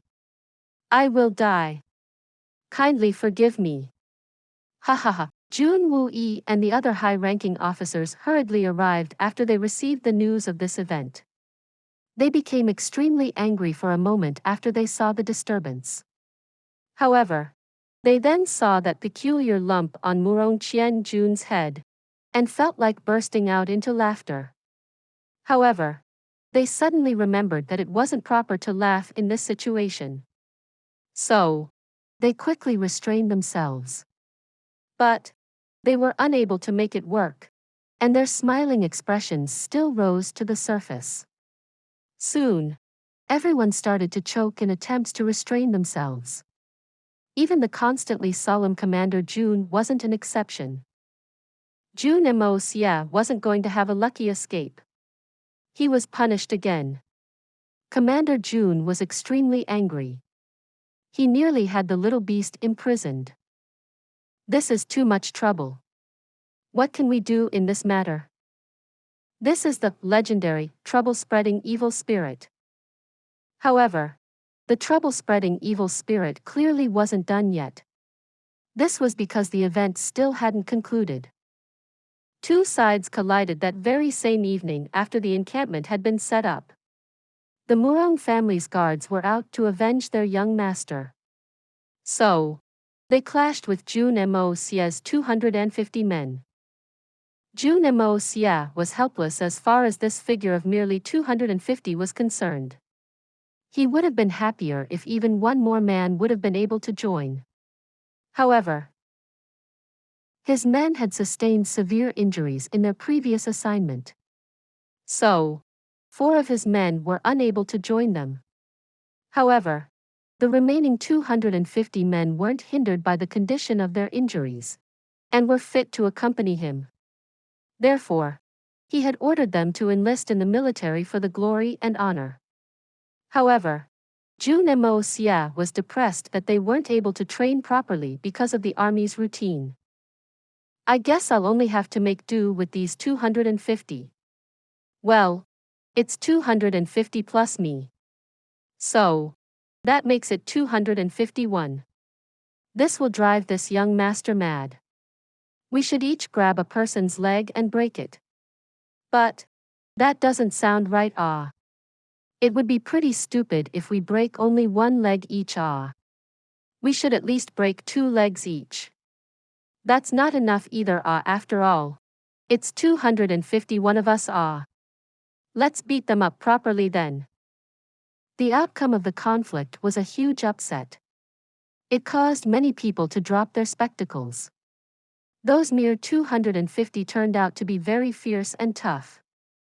They attacked the 500 Murong family's guards and beat them to a complete rout. The victims were obviously left to grumble endlessly since they were unspeakably cruel. In fact, over 10 of the Murong guards had been genuinely maimed. This gave rise to a lot of anger. Numerous influential families accused Jun Moxie. And he retaliated measure for measure. It seemed that there would be another bloody conflict soon. Jun Xie realized that his father's expectations were utter fantasy, same as his own. Jun Moxie was a troublemaker in the army. In fact, he was like a malignant tumor. So, it would be best to remove him as fast as possible. The rotten fish would ruin the entire dish if he were to remain there for long. The afternoon has barely passed. Even a day's time isn't yet over. Evening time hasn't even set properly. And the sky still hasn't darkened. And yet, this youngster has already obtained 3 punishments. Moreover, this kid is committing all offenses that shouldn't be committed. He would have already been beheaded twice if I were to treat him according to the military's law. Therefore, after another round of beating was ordered as punishment. It was followed by a lengthy and severe reprimanding tirade. You and your 250 men will get a special assignment. Jun Xie stated. You brat. You will get a special assignment to redeem yourself in light of performance. The special order for Jun Moxie is that he will clear the way for the Vanguard. He will open paths in mountains and bridge streams. And he will be held responsible if the army suffers any damage in this journey because of his negligence. Jun Moxie felt that he had been granted amnesty when he heard his special punishment. Jun Moxie was so delighted that he clasped his hands in the air like a common man who had achieved his life's dream. He replied in an opera-like dramatic tone. In fact, he got so dramatic that he nearly sung out his acceptance. I needed this assignment. He then raised his hands like a goose's wings. Then, he started to circle around. He flew half a circle. Then, he took a couple of steps as if he was passing over an obstacle. Then, he quickened his pace and flew out of the tent. The men in the tent couldn't help but stare. They couldn't help but burst out laughing. Is this the Jun family's sole member of the third generation? Is he really the descendant of a military family? Commander Jun Xie was a loss. He had no choice but to think of the following two words: family misfortune. Jun Moxie took his third uncle's gloom into account. I've made a very shitty name for myself in the army's way of life. I've received 3 severe beating in just half a day's time. Moreover, there was no argument that I could have used in my favor to prevent these punishments. It would take about a month to reach Tian Fa. Whether I had lived or died, whether I had lost face or didn't, one thing was for sure: the iron but would have reached miraculous heights. I've been given the responsibility to be a trail opener from this moment onwards. I'm not very proficient at opening roads or bridging streams. But any robber we encounter along the way will be dealt with effectively. Not a single shall remain. This is such a great opportunity to train my troops. Jun Moxie accepted the orders since he feared a change of command from the commander. Then, he quickly ordered his 250 men to strike camp the same evening. They then disappeared into the darkness like a sharp arrow, just as Commander Jun had ordered. The 250 plus 1 men disappeared without a trace. 2 days later, Commander Jun Xie discovered that it was a brilliant decision to send Jun Moxie as a vanguard. In fact, it was an amazing and wise decision that could make for a great legend. The best way to employ a person's true talent is to place them in the right position. The journey became extremely smooth. The army's march had started to seem like a sightseeing tour. They followed Jun Moxie's vanguard unit. So, there was no need for them to be frightened since there was no danger up ahead. As for the officials along the way, they welcomed the army heartily in fear of the reception not being satisfactory. And they even came forward and gave the military some supply materials. There was no case of embezzlement. Jun Moxie initiated a thorough sweep to completely wipe out the bandits. In fact, he even went 200 kilometers beyond the official route to deal with them. This vanguard unit led by Jun Moxie wiped out all the bandits throughout the journey. The entire journey was bloody, 100% bloody. The young Master Jun's Heaven Destroyer team and Spirit Devourer team had used this bloody journey to accustom themselves to purely bloody conflicts. These 250 men had been killing throughout the journey. Let alone Jun Moxie, even Jun Xie could well imagine the scene of the murderous aura that would be cultivated by the time they'd reach Tian Fa. Murderous aura and the bloody lust are destined to become a part of those 2 platoon souls. The passage through the first province was still acceptable to Jun Xie. However, the passage through the second province was different. Jun Xie looked at the magistrate, and it literally seemed to him as if the man was a war-weary comrade who was about to start complaining about the women in the brothels. However, the magistrate looked at Jun Xie with a strange expression in his eyes. It seemed as if he had just gotten to see his mother after a long period of separation. No, it should be father. His face was full of tears and snot. The magistrate sounded a bit off as well. Jun Moxie's buttocks had started to ache from sitting on a saddle by the time he had reached the magistrate's province. And thus, this magistrate's parade had started. First, the young Master Jun wanted a carriage. What's more, he wanted it to be extremely luxurious. And he wanted it completed in a day's time. Further, he wanted the work's progress reported every hour. However, the young master didn't stop here. He also displayed the amazingly erudite accounting skills that he had acquired in his previous life. He settled the entirety of the magistrate's accounts which had been compounding over the years. This full-grown man of a magistrate trembled in fear. He summoned artisans from near and far. He ordered them to build a carriage with the utmost caution and the harshest of adherence to standards. He ordered them to produce a carriage which offered the most comfortable ride and fast speeds. Thereafter, he was able to present an extremely luxurious carriage to Jun Moxie within the stipulated time. Moreover, the material required to produce this carriage had been purchased with the money this magistrate had coveted from the province's treasury over the years. In fact, the cost of production was so extravagant that the magistrate was forced to borrow money. The pitiful magistrate trembled with fear as he came to Jun Moxie's Vanguard unit to report the completion of the build. Jun Moxie was holding the accounts book at the time. In fact, he was treating it as a fan. He wished to educate that one man in all sincerity. I say Fei Zhu Chang, this person's name was Fei Zhu Chang. It meant fat pig's intestines. The young Master Jun found it hard to deal with this. He couldn't help clicking his tongue. It's a big world. But there's nothing weirder than this name. This guy's parents must have been on a whole new level. Aren't you too unprofessional? The so-called Heavenly Emperor had made you a magistrate 5 years ago. And you could only rake in less than 50,000 silver taels. This is extremely disappointing. Dang! Being corrupt will do you no good. No wonder you're 40 years old. And still a mere trash magistrate. 5 years of your greed and corruption has stained this land. Have you gobbled up that carriage of mine as well? Is that what you're here to tell me? Jun Moxie shook his head and sighed. It was evident that misfortune and fury was about to befall the man. Yes, the general is right.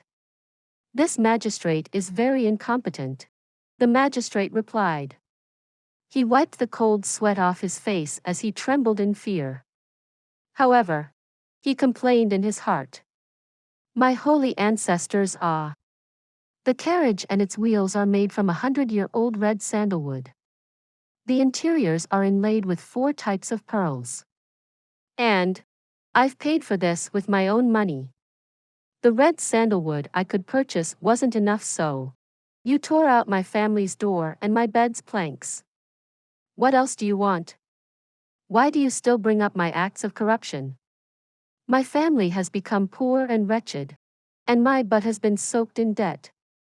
Yet, you still won't allow me to live in peace. Please subscribe to this channel so that we are more enthusiastic in providing the best video for you. Chapter 317. 2 Girls, 2 Problems.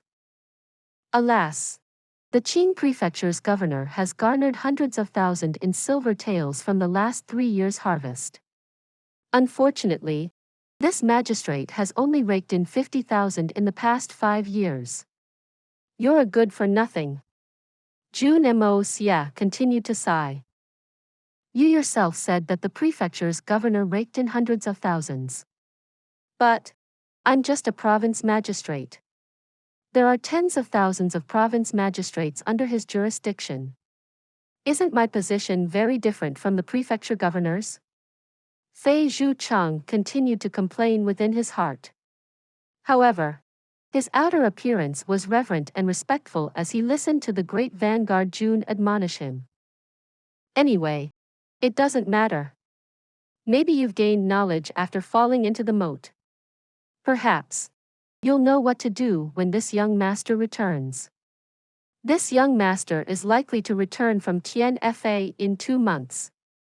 And I fear that I won't be able to sit in this carriage then. You must pay special attention to time over these 2 months. Tax the people brutally, and embezzle as much money as quickly as you can. And there should be a better carriage waiting when this young master returns. You must start the preparations early. You mustn't have to rush about like this. Opportunities are always set aside for those who are prepared, the young Master Jun stated. Fei Zhu Chang dropped down to the ground and banged his head against it. He started to cry, and his gurgling voice came out. Young General. This lowly magistrate won't dare. He will repent for his past mistakes and turn a new leaf. This magistrate will mend his mistaken ways and get back on the correct path. This prodigal son will return to the path of righteousness. I will repent and start afresh. I shall begin my life anew. I will firmly work my heart out for the benefit of the people. This lowly man will strive to do the utmost. He shall leave no stone unturned in this regard. You're very cultured. You've actually spoken so many idioms. Say more of them. Maybe I'll become compassionate and show mercy and whatnot. Jun Moxie laughed and sang out those words as he looked at him in a praiseworthy manner. Fei Zhu Chang kowtowed in adulation. He had decided that he would rather die than remain unchanged. The man had decided that he would become an honest and upright magistrate. A good magistrate. I cannot remain a corrupt official anymore. I now know the sufferings of a corrupt official. I regret my past behavior. Will I have to make another chariot for this man if he returns in 2 months? I will weep rivers in my heart. I reckon I'll lose my life if I cry in his presence. I must call my subordinate officials. And I must tell them to cease their corrupt governance. I must tell them to become honest and upright to serve the people. The young Master Jun had fiercely plundered the region for bandits again. He had previously sent out the Spirit Devourer team. They had returned carrying someone's head. The blood was dripping on the ground with a pitter-patter sound. The blood dripped all over the magistrate's official lobby. It practically terrified the pitiful Fei Zhu Chang. In fact, he nearly fainted. This is a person's head, dang me. How many of these are there in total? Jun Moxie's Vanguard unit ate their fill. They then patted their posteriors and left once they had sufficiently extorted the man.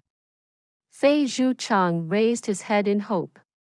He hoped to see Jun Wuyi's forces soon. This was because the young Master Jun had told him, I will return and make you build another carriage if there's any problem with the army supplies. And I will break the new carriage if it's not good enough. Also, the quality of the supplies will be decided by Commander Jun Wuyi. So, you consider all of this properly. Got it? Therefore, Fei Zhu Chang's overenthusiasm made the hair on the back of Jun Wuyi's neck stand on an end. What's with this person? Meanwhile, Jun Moxie continued to lead his 250 men, Heaven Destroyer team and Spirit Devourer team down the road to the south in high spirits. There seemingly wasn't a need to open mountain paths or bridge streams. However, they spread a reign of terror along their route. He painstakingly tempered them throughout the journey in a bloody manner. Their strength increased by leaps and bounds, and they made extremely rapid progress. The temperament of each man was becoming increasingly murderous. Each one of them was like an evil demon that had been let loose from the very depths of hell. Their expressions were ruthless, so was their aura. And both these traits were clearly visible on the surface. They were like a frightening team of meat grinders. Such a force naturally moved with lightning speed. The teams were sent out every day to deal with the bandits. They would go one team at a time as per the duty roster. However, the teams had a competition between them to efficiently clean up the hostiles and eliminate them swiftly with great speed. Not a single opponent was to slip through their net. The team that would lose didn't suffer a very severe punishment. In fact, the punishment that was meted out could even be called an easy one. The team that was defeated in this competition had to wash the winner's underwear from the previous day. Nothing more. This competition led the men in those two teams to view the bandits as doubly effective aphrodisiac. Or Perhaps delicious and fat pigs, since they'd charge like wolves and tigers, and would chop their prey like melons. The penalty wasn't a big deal, but their reputation was. Jun Moxie's Vanguard had put a distance of 400 kilometers from the main army by the noon of the 5th day. Jun Moxie was seated leisurely inside the lead carriage, and it was being drawn by 6 horses. The carriage was quite spacious. It was 2 meters wide and 3.5 meters long. A small bed was placed inside. Yet, it still had enough space for a small wooden side table. In fact, there was enough space to prompt Jun Moxie to call in a meeting inside his carriage. However, Jun Moxie had only done so once. Moreover, he hadn't even completed half of it when he was forced to call the meeting to an end. Not because of any major problems, it was just that the men had been traversing through the mountain passes the entire day. The soldiers were attired in clothes and shoes, but the smell of their feet was extremely pungent. It was capable of making people tumble. This was especially the case in this nearly fully sealed carriage. That smell was similar to that of a salted fish which had been fried. It had taken Jun Moxie a full day to rid his carriage of that smell after the meeting had concluded prematurely. "Young master, please open, there are some people ahead. They are blocking the way." The man to speak was the head of the Spirit Devourer team, Wang Dong. These people must be extremely savage to leave a homicidal maniac like the Spirit Devourer team's chief to stammer. "Blocking the way? Bullshit. Who in Tian Empire dares to block this young master's path?" Jun Moxie asked in surprise. He then first lifted the carriage's curtains, and then jumped down to see the people who had been audacious enough to do such a thing. Jun Moxie got out of the carriage to look. Then, something caught his attention. He then gasped. "My God!" No wonder Wang Dong was stuttering. Unexpectedly, the scene in front wasn't too terrifying. There were 2 divinely beautiful women in front. Nothing more. One charming person was dressed in purple clothes. She was extremely adorable and tender in appearance.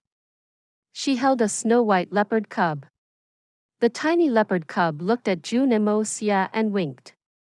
It stuck out its tongue. It badly wanted to throw itself into Jun Moxie's arms. The other woman wore a white dress. She had charming, cold and proud face. She was extremely beautiful. She had a graceful posture and an unrivaled disposition. The 2 beautiful figures looked at Jun Moxie with a satisfied expression that was akin to a cat's after it had caught a mouse. Those 2 women were Guan Qinghan and Dugu Xiaoyi. Jun Moxie groaned. He felt that he'd faint. This was too big a shock. No wonder I didn't see these 2 pester me for the 2 days before we left for the battle. I was mistaken to think that I had convinced them, but they had left home early in reality. And now, they're waiting for me here. What do I do? Young Master Jun felt regret at holding the position of the Vanguard for the first time. In fact, he had many regrets. How come these 2 scalding hot potatoes fell into my hands? My life is a disaster. Why did I have to opt for this Vanguard unit? Why could I have just followed the main army like a good boy? What troubles could have my 3rd uncle's command have possible posed? But now I can shout for days and no one will come to my aid. I could shout my lungs out and it would still be in vain. This is the route to Tian Fa. This isn't a road for some vacation destination. Jun Moxie didn't know what he should say. What could he possibly say in such a pinch of a situation? The young Master Jun restlessly turned his head back. He hoped that Jun Wuyi would arrive from behind the smoke, that his uncle would lead their army of 20,000 and drop from the sky to save him from that fiery cauldron. That's too extravagant a hope. The distance between our 2 sides is over 400 kilometers at the least. There isn't enough time. Don't look like that. It's useless to look like that. We had made proper inquiries. And we've come here to wait for you. Guan Qinghan spoke indifferently as she looked at him. You can come out of the carriage. Xiao Yi and I will travel in it. You can ride on the horse. You don't object to it. Right? Jun Moxie became speechless for a while. Does this seem like an amiable discussion? Would I have an objection? Would I dare to have any objection? Isn't this what you call tyrannical behavior? As a matter of fact, this is exactly what it is. My behavior with that Fei Zhu Chang was far more straightforward than the conduct of this magnate of a woman. She's overtaking my carriage. This is exactly like the legendary Turtledove taking over the Magpie's nest scenario. The members of the Spirit Devourer team were secretly sniggering. Jun Moxie glanced at them in rage. That made the sniggering stop in an instant, and they started to gaze straight ahead with a solemn look on their faces. Cuckoo. Jun Moxie cleared his throat and prepared to use his honeyed tongue. He aimed to convince the seemingly beautiful women to return to the right path. Listen to me, elder sister-in-law, and furthermore young lady Dugu, elder brother Moxie. Aren't you pleasantly surprised to see me? Isn't this quite unexpected? Don't you wish to hug me? I know. I clearly understand that this is what it is about. Dugu Xiao Yi was all smiles. She suddenly jumped in front of Jun Moxie, tilted her head and smiled. Little White still felt like throwing himself in Jun Moxie's arms. However, the eldest daughter of the Dugu family restrained herself for the sake of her modesty. Little White was already jumping about, but Dugu Xiao Yi wanted to wait for Jun Moxie to take the initiative before she threw herself at him. Pleasantly surprised? I feel frightened. And, yes, this incident is very unexpected. And hug you? I feel like spanking your small butt. Then, Jun Moxie glanced at her butt and reckoned that it couldn't be considered very small. He wondered how it would feel if he were to spank it a couple of times. Jun Moxie subtly indulged in flights of fancies for a while. Then, he came back to himself and resolutely tried to make those two women go back. His complexion sank as he became very dignified. Elder sister-in-law. Young lady Dugu, you're worried about us. And I, as a representative of all the personnel of the Tian Fa Expeditions Army, am very grateful. However, the road to Tian Fa passes through long and dangerous mountains. There are many bandits about. And this road is also rampaging with man-eating beasts. Further, you two are single ladies. So, it will be very inappropriate to travel that far with you. Therefore, this man humbly requests you to return to the Tianxiang city. Speaking of single, these two have come without any handmaids. They think that this is a stroll in the park with beverages that are paid with public expenses. We're genuinely going to a war here. You give it a try, and I'll see who dares to send us back. Guan Qinghan stated uncaringly as she looked at him coldly. Brother Moxie, do you really have the heart to send us back after we've made our way till here? Dugu Xiao Yi wasn't as confident as Guan Qinghan. So, she looked at him pitifully. The rims of her eyes had become red. It seemed that she would start to weep any time. Besides, the distance from here to the capital is more than 500 kilometers. It's such a long way back. What would you do if something happened to elder sister and me? The road is dangerous. And who can fathom a man's mind? Don't follow me. Crying in front of me is useless. Jun Moxie stated in an aloof manner. I know the path is dangerous. Can't fathom a man's mind? You didn't take that into account when you set out? You think such a lie will work with this young master? How stupid do you think I am? Please subscribe to this channel so that we are more enthusiastic in providing the best video for you. Chapter 318. Turtledove takes over the Magpie's nest. This little girl's acting is excellent. But how can this young master be convinced by it? She'll undergo a complete transformation the very next moment. And then she'll become extremely bossy and domineering. How could someone see a demon and still not fear of anything sinister? Jun Moxie was obliged to ask this of himself since he had experienced her transformations before. It would be very unreasonable if I were to get fooled again. Tell me, do you still wish to send elder sister and me back to the capital? Debauchee opened her round eyes wide. They were pretty and big. Those round eyes were quite moving as well. However, they had begun to threaten, and their speed of change towards hostility had started to increase. My two sisters, your presence will only cause more problems. Tell me, what can you do here? What are you capable of doing here? Would the two of you dare if it's required that you kill someone?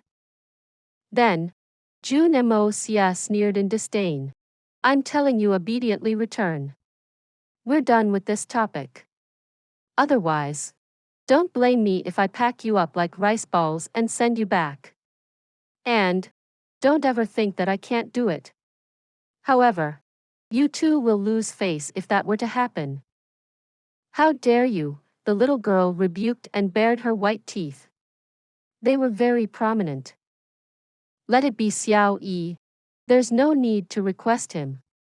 This man doesn't have any sympathy in his heart. Guan Qinghan spoke unenthusiastically as she remained standing on her spot. She expressionlessly looked at Jun Moxie even though she was addressing Xiao. We'll go without him. Haven't we already traveled hundreds of kilometers till here by ourselves? Do we not have legs of our own? Can't we make it to Tian forest on our own? Exactly. What are you acting so pretentious for? We'll go on our own. Xiao raised her small chin. Aren't you just a deputy general? My family has better. I've come across many great generals. But even they aren't as arrogant as you. The two women turned and started to leave after they had ridiculed him. Jun Moxie was genuinely a bit anxious to see this happen. I won't be able to avoid the tongue lashing if I let these two go to Tian alone, even if they reach there safely. My grandpa, third uncle, Grandpa Dugu and Dugu Wudi, it's unlikely that any one of them will let me off. Jun Moxie could even guess their words. You let these delicate women leave? You were at ease with the thought of these delicate girls traveling to the remote Tian alone? What would you have done if something bad had happened? Nothing happened. But that isn't the point. Stop. Get them for me. Jun Moxie gnashed his teeth and gave the command. 7 to 8 Spirit Devourer team's members quickly set into action. They ruthlessly rushed forward and blocked the two women's path like iron towers. Then, Jun Moxie groaned and spoke. You two better be obedient towards my commands. Things will go good for you only as long as you're obedient. Otherwise, Jun Moxie stopped after he had spoken that. Isn't this akin to a strong and evil robber threatening a common woman? Jun Moxie, I insist on going to Tian. But if you use force to compel me to stay behind, I promise that I will kill myself right here. I, Guan Qinghan, will kill myself in front of you. Do you think that I won't dare to do it? Guan Qinghan's expression was complex. But she quickly drew a glittering dagger and brought it to her throat. Jun Moxie, the only reason I insist on going to Tian is for yours and third uncle's sake. I don't worry about you two that much. But I worry that the Xuan manor will make things difficult for you because of me. Why else would I travel so far to that remote Tian forest with you? Do you think that I'm the type of girl who doesn't understand the severity of this matter? You will disregard life and death for my sake. And you wish to protect my innocence in spite of everything. Do you believe that I, Guan Qinghan, am a woman who forgets favors and does nothing while she sees you walk into the tiger's den? Do you think that only men can commit suicide in righteousness and we women can only drift along and live without purpose? It's alright if things go smoothly in Tian. But then what will this Guan Qinghan do with her miserly life? Xiao hadn't turned to take a look at her companion. However, she figured that Guan Qinghan's maneuver was seemingly useful. So, she became arrogant and spoke with an air of complacency. Right. We'll commit suicide if you don't let us go to Tian. Do you think that we don't do it? He. She had never seen anyone who was about to kill themselves behave with such pride. Guan Qinghan's words were very impassioned. However, the little girl had only laughed out since she hadn't understood this at first.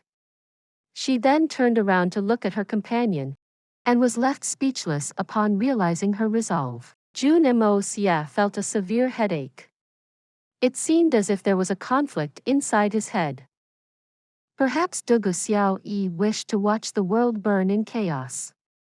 However, Guan Qinghan's expression was very tranquil and calm. He could tell that she would actually proceed with her threat.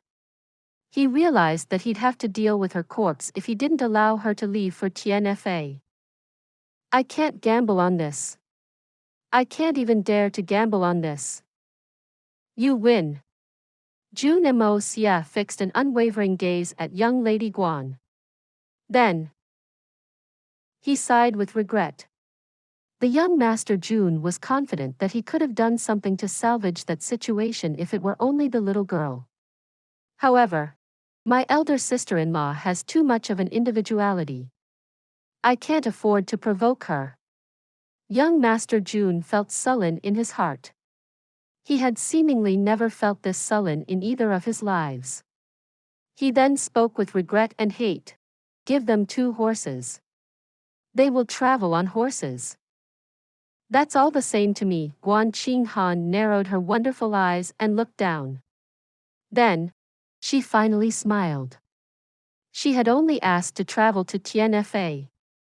She was indifferent to the treatment she'd receive. Moreover, it was quite clear that Jun Moxie had taken a great risk by allowing them to accompany him. The military doctrines forbid the soldiers to travel along with a female to battle. It was a taboo in the military since there would be threats to their life at every turn. We must travel by carriage. The little girl was young and inexperienced. So, she didn't realize any of this. She was happy to hear that the young Master Jun had finally relented, and had allowed them to travel with him. However, she looked at him pouting and panting with rage when she heard the young master hadn't invited them to get inside his carriage, and had instead proposed to arrange 2 horses for them. Then, she looked at his beautiful carriage again, and started to feel tired. Her spine, her hip, there wasn't a single part of her body which didn't ache at the sight of the luxurious carriage. Impossible. I'm allowing you to come with us. And that should be good enough for the 2 of you. Yet, you unexpectedly wish to travel inside the carriage? Jun Moxie snorted disdainfully. I would love it if you don't like to travel like this. I can arrange for my men to drop you back if you don't wish to travel like this. Come on, men. Get the horses. You all right? Xiao was flustered as she pointed at him.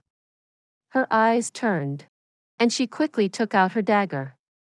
She placed it across her neck. I will kill myself in front of you if you don't let me travel inside the carriage. Do you think that I won't dare to?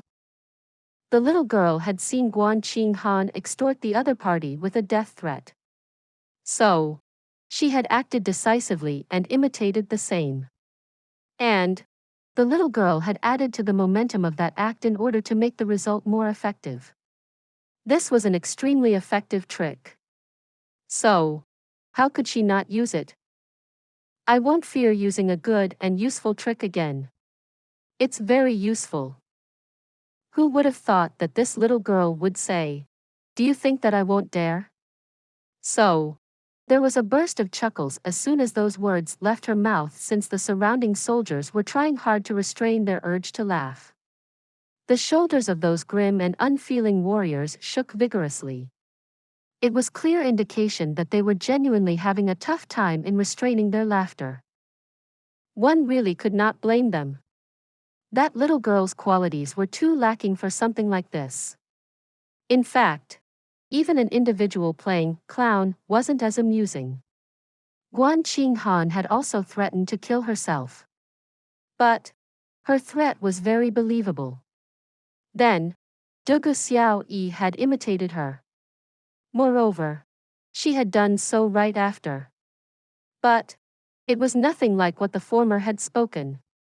Moreover, her excuse to commit suicide was a bit too excessive. She would kill herself if she wasn't allowed to ride in the carriage? Jun Moxie rolled his eyes. Do as you please. But I sincerely request you to go a bit far and die. Kindly don't disturb our eyes and hearts. I genuinely request you. This request isn't excessive, right? Sister, if you feel like threatening people with killing yourself, at least pick a proper reason to die, for otherwise, won't it become too unfavorable if we all started to threaten each other for useless reasons? I'll die if you don't let me in. I'll die if you don't let me eat. I'll die if you don't let me hit you. What is all this? You're just too hateful. Dugu Xiaoyi stamped her feet. Then, she steamed towards the carriage without saying a word, lifted the curtains, and entered it. And she didn't come out. Then, she shouted from inside the carriage. Elder Sister Qing Han, hurry up and come here. It's quite spacious inside. And there's a comfortable bed too, hee hee. This move had been the most practical one. The young Master Jun became furious. This is intolerable. Where will I go if you're in there? This young master had captured that corrupt official with such difficulty. Only then was I able to extort a carriage from him. So much of thought had gone into it. Does it look that easy to you? Are you genuinely going to plunder the results of my efforts? Jun Moxie took a huge step forward and grabbed Dugu Xiaoyi's arm. You, come down. Won't get down. I won't get down. I will travel in this carriage. Dugu Xiaoyi used her other hand to get a hold on the inner walls of the carriage. She had decided to struggle furiously. Her face had become red. However, she had decided that she wouldn't let go for the life of her. A white shadow flashed. Then, an elegant fragrance floated past. Guan Qinghan had also managed to get inside the carriage. She then swatted at Jun Moxie's hand and retorted, "Fighting with a woman over a carriage. Is this what a young master from a good family does?" Jun Moxie angrily said, "What? I'm fighting over a carriage? What are you saying? It's evident that you women are fighting over my carriage. Do you think that this young master will suffer in silence? You both are merely twisting words to force logic. Isn't this extremely unreasonable?" Guan Qinghan no longer humored Jun Moxie. She reached for the carriage's curtains and pulled them down. Then, there was a rustling sound. It seemed that the two women had lain down on the bed. It seemed that they had even changed their clothes and were about to go off to sleep. One could even hear Dugu Xiaoyi's satisfied voice. "This is very comfortable. We can finally go to bed in comfort." Jun Moxie puffed his chest and bawled at himself for his stupidity. "I was trying to put facts in front of women. I was trying to preach logic to women. Wasn't that utterly idiotic? But I can't get them out since my sister-in-law had also stepped into the carriage no matter how unruly I get. I'll have to stay out here no matter how reluctant I am to this idea. The troops continued to move forward. They had been moving for half a day when Jun Moxie suddenly started to tremble. His horse was extremely big and powerful, but it wasn't as comfortable as the carriage. He then hatefully turned his head to look at it. Then, he frowned and started to plan something mischievous. Jun Moxie let out a blood-curdling screech the next moment. He tilted on his horse and went down. He fell onto the ground with a squishy sound. His eyes were closed, and he had seemingly become unconscious. The soldiers were alarmed at first. However, they were no fools. They clearly understood what was happening. So, they played along. Not good. The young master has fainted. His injury isn't in a good condition, that sounds, they called out in a tragic voice. The injury isn't in good condition? The fainted Jun Moxie was astonished. When did I get injured? Ahem, but this is reasonable. I must praise and reward these guys the first opportunity one get then. He winked at them. What's the matter? Debauchee lifted the carriage's curtains and asked. She seemed deeply concerned, while Guan Qinghan only looked at the fainted Jun Moxie in a pensive manner.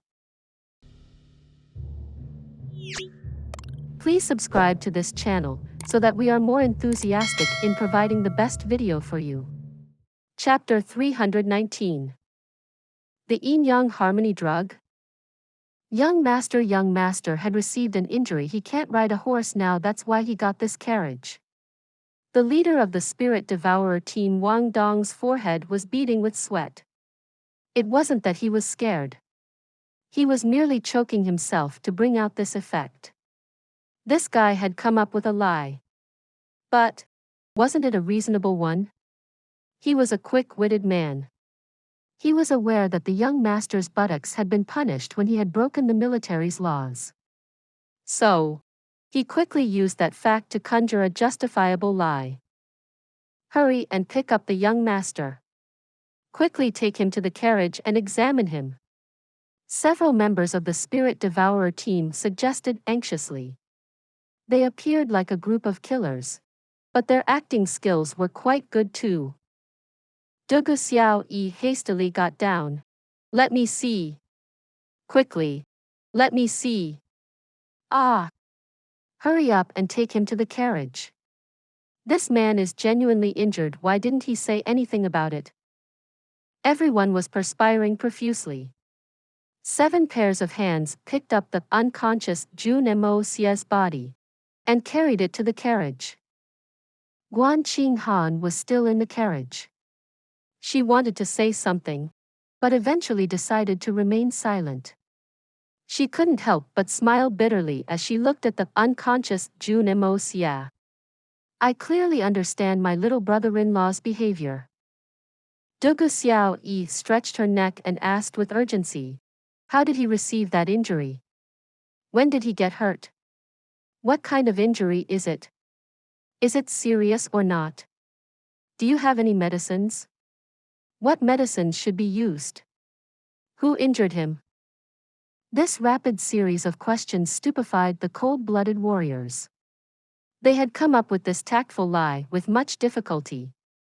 However, they had no proper answer to those invasive questions. The fact that the young master had violated the military discipline and was punished by lashings from a cudgel isn't a glorious matter. Moreover, the injuries the young master had received from the cudgel have already been healed. He had healed a long time ago. Xiao Yi. First come in. Don't interrogate them.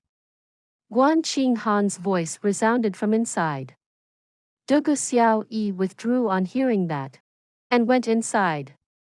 She was worried, and her voice could be heard asking, Elder Sister Qinghan, this what's to be done? What should we do? Ah! How did he get injured?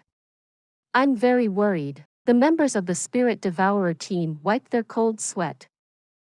Guan Qinghan couldn't help but laugh. Jun Moxie slowly woke up at that moment. He looked in poor health as he asked, "Where am I?" Guan Qinghan hadn't yet spoken when Debauchee interrupted in excitement. "In the carriage. You're in the carriage. You've woken up. Ah. What injury did you get? Hurry up and tell me how to deal with it. I'll help you deal with it." The young lady Guan rolled her eyes. This little girl is too innocent. Me? Injured? I had been injured. But that's healed. I'm in such poor condition because I've been poisoned. Jun Moxie mumbled. The slyly shrugged his nose. And inhaled a couple of breaths. Men and women are very different. I was in this carriage for several days. But it still hadn't come to smell like this. However, these two travel-weary beauties have barely been in the carriage. And it has already started to smell so amazing. Ah! So it was poison? Debauchee was terrified. She opened her round eyes wide. What poison is it? Is it very dangerous? Do you know what poison it is? Is it difficult to cure? Oh, I was careless a while back. So I got poisoned. Jun Moxie felt unbounded regret. To tell. Cough cough. It's difficult to explain. I will be fine after I rest for 2 days. It will be embarrassing to tell you too. You won't wish to deal with my poison. Who said that? Why won't we be willing to? Tell us quickly. How can we help you? Debauchee inquired urgently. Why is this guy so upset? He has poison within him and he still continues to dilly-dally. Don't you know that others are concerned about you? Cough cough. The poison that's affecting me is called the Yin-Yang harmony drug. Jun Moxie slyly raised his head. He wanted to weigh his words carefully. So, he looked straight at Guan Qinghan's expression. He couldn't help but trembled inside after he had glanced at her ice-cold expression. Therefore, he didn't continue. The Yin-Yang harmony drug? That name is so scary. But, you said that you had a cure for it, right? Debauchee anxiously asked. She was like a cat on a hot tin roof. Her small and delicate nose was sweating profusely. This Yin-Yang harmony drug. It is true to say that it's difficult to cure this poison. But, it has a good cure. Cough cough. Jun Moxie nearly flashed a sinister smile. So, he hastily coughed to cover it up. No medicine can cure this poison. But its cure is quite simple. But, it's quite embarrassing to speak of its cure. Moreover, you would have to make a great sacrifice if you wish to cure this poison. That doesn't matter. I'm willing to make any kind of a sacrifice for you, the little girl vouched. Guan Qinghan was sitting beside them. The more she heard of this, the more she felt that something was fishy. This little brat's fainting was an act. Xiao Yi is foolishly for being concerned for him. She doesn't see the truth in this confusion. But, what evil scheme is he planning? Actually, it requires cough cough **zul intercourse between a man and a woman. Then, the poison will instantly be removed. Jun Moxie seemed embarrassed. He even covered his mouth to cough. Cough cough. Otherwise, I will die burning with passion after 3 days. I understand that you must be very embarrassed by this as well.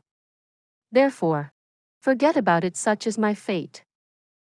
The young Master Jun spoke this last part in a droopy voice. Ha! What? To detoxify you I must with you. Debauchee suddenly opened her eyes wide. Her face turned red as she started to blush. She was young and innocent. But, she knew what **ual intercourse meant. Guan Qinghan had expected her younger brother-in-law to do something tricky. However, she had never expected that mischievous guy to pull something this shameless. She obviously hadn't expected him to mess with them to that extent.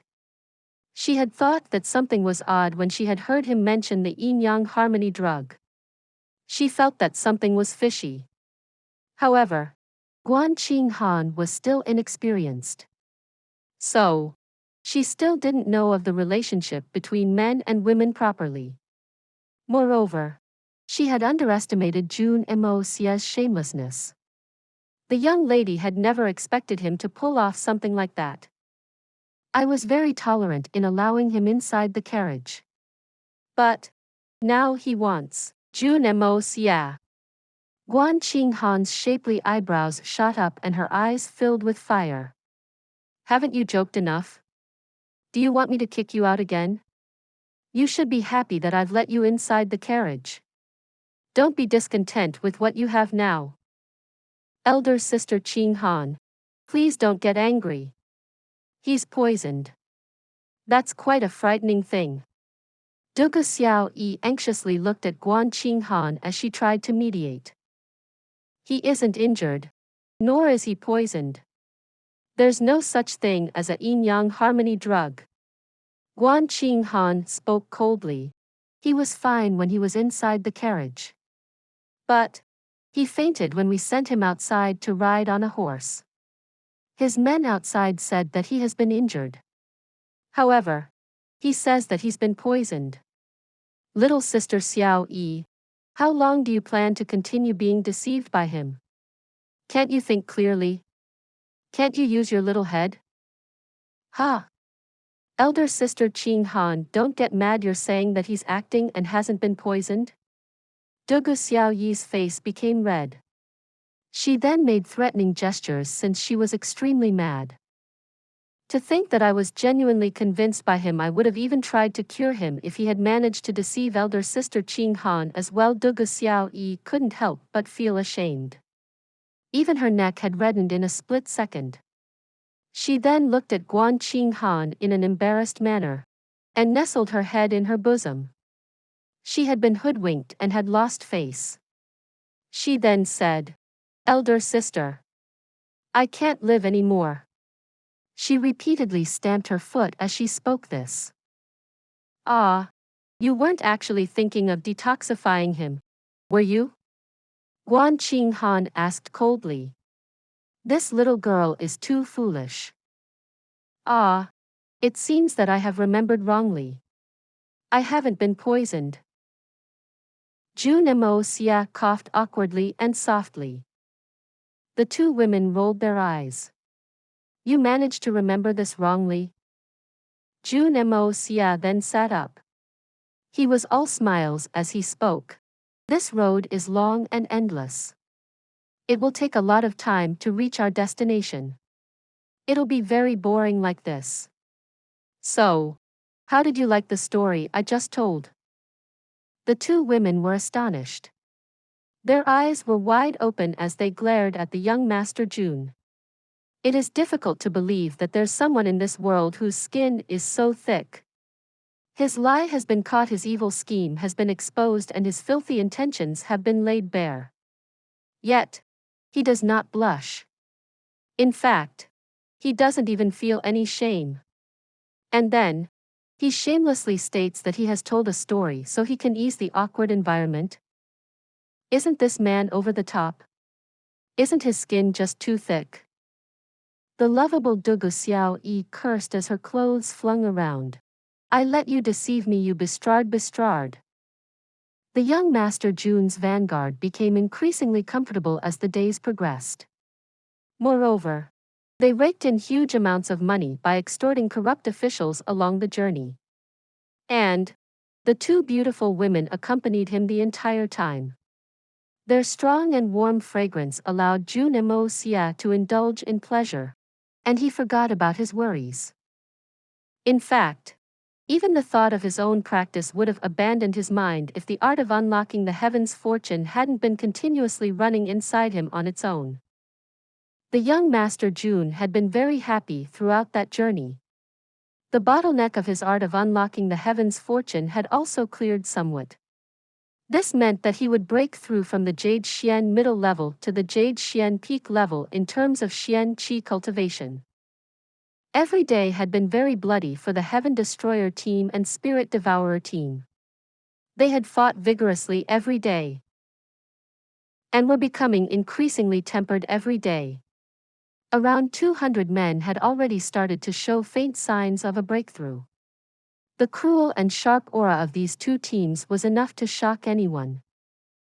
The young Master Jun had wished for this beautiful journey to continue for several more days. However, Heaven Destroyer team and Spirit Devourer team were being dispatched fewer number of times with every passing day. So, the young master determined that the topography of this mountainous region is becoming increasingly steeper. The road is also becoming tougher, while the forests have become denser. More bandits and robbers should have descended from heaven under these circumstances. However, they've become fewer in number as the journey has progressed. This is probably because we are getting closer to the Xuan Manor. Therefore, these little thieving elements have started to reduce. Young Master, we are about 300 kilometers from our destination, the Tian Fa Forest. The Xuan Manor is a little to the left at the edge of Tian Fa. We are now in front of the two base mountains of the forest. The captain of the Spirit Devourer team Wang Dong pointed as he reported to Jun Moxie. Why are we going so slow? We've been journeying for so many days, Jun Moxie asked. He felt annoyed. We've traveled for a month now. Were you not faster the last time? Young Master, we can travel fast since we don't have much weight on us. But there are many other issues. We shouldn't make speed the most important factor here. We certainly traveled much faster the last time we were here. In fact, we were probably going at 650 kilometers a day, probably even faster than that. However, we had taken a different route to Tian Fa. There's much less high-level Xian beasts on that route. So, we mainly had to deal with low-level Xian beasts. I'm afraid that none of us would have made it through if had picked this route. However, we have a large army behind us now. We are the Vanguard unit, but we mustn't leave the main army far behind, and we'll have to send out our teams more often from now on since there will be many dangers. Therefore, this speed can be considered a very fast one, Wang Dong explained.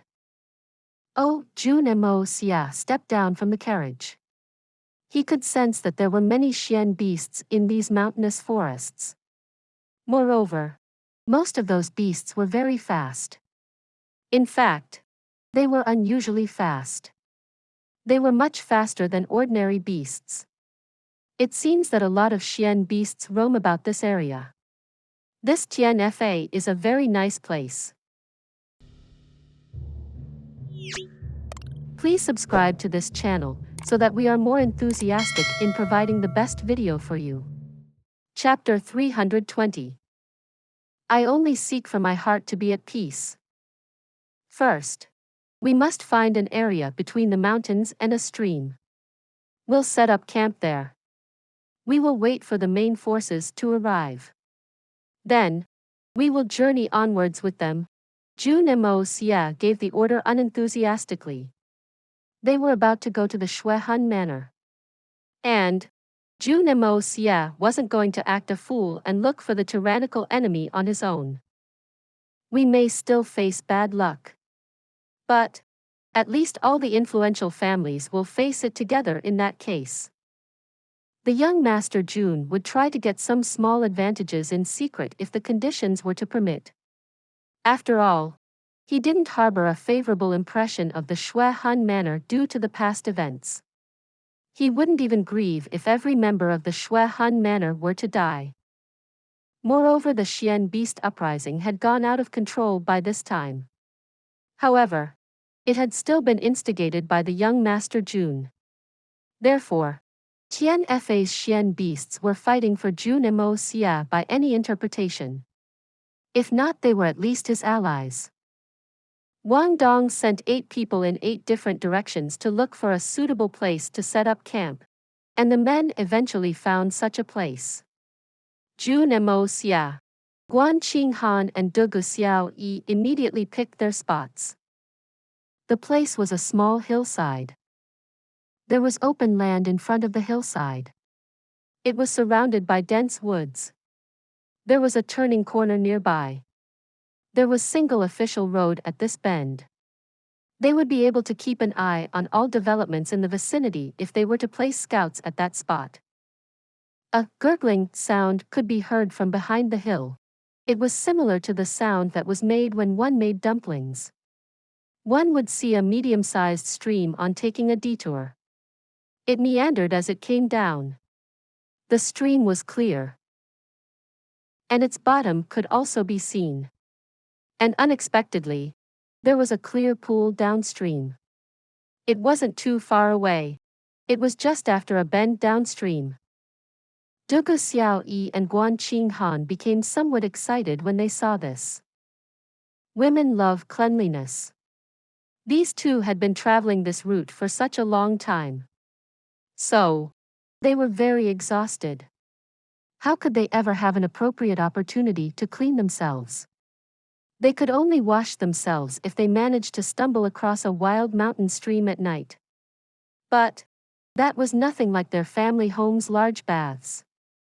However, they had finally seen a very satisfactory sight in the form of that clear pool. Dugu Xiao Yi's body started to itch at the sight of the pool. Guan Qinghan also found the pool very promising. However, she controlled her itch for a thought. She understood her younger brother-in-law's character very clearly.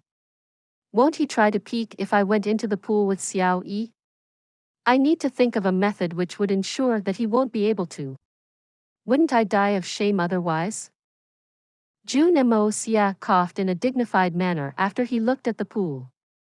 He then turned his head to look somewhere else and pretended that he hadn't noticed it. Jun Moxie had seen many teams of Xian experts whistle past him over the course of this journey. These people were rushing towards Tian Fa. However, he had noticed that these people were identical in terms of their attitude towards him. They would either look towards Jun Moxie's team in disdain, or would just pass by after glancing at them. It was clear that the army didn't have any importance in the minds of these Xian experts. So, they obviously cared even lesser for Jun Moxie. However, they had witnessed a decreasing number of coincidental encounters with those Xian experts in the past few days. The road had become increasingly deserted. 3 roads forked out at a junction outside the sparse woods. These roads seemed very long. Each road looked empty and deserted. The sky above this territory was far bluer than the one in the cities. The 200-plus guards began setting up camp. Jun Moxie along with Guan Qinghan and some others proceeded to the mouth of the valley in order to avoid the fiery construction scene. They had gone out to breathe in the fresh air. Jun Moxie and the 2 extremely beautiful women were closely followed by 4 others. They were the Heaven Destroyer team and the Spirit Devourer team's deputy leaders. Jun Moxie let out a long sigh. He felt a spacious and empty void around him. The sky had also become increasingly silent. The insects and cicadas were chirping around the woods. Jun Moxie seemed to be in a pensive state of mind. His mind seemed to be in chaos, yet seemingly in a tranquil state. His thoughts were complex yet simple. He eventually couldn't help but raise a perplexing thought. Even a moment's perplex can be sufficient to become a fatal mistake for an assassin.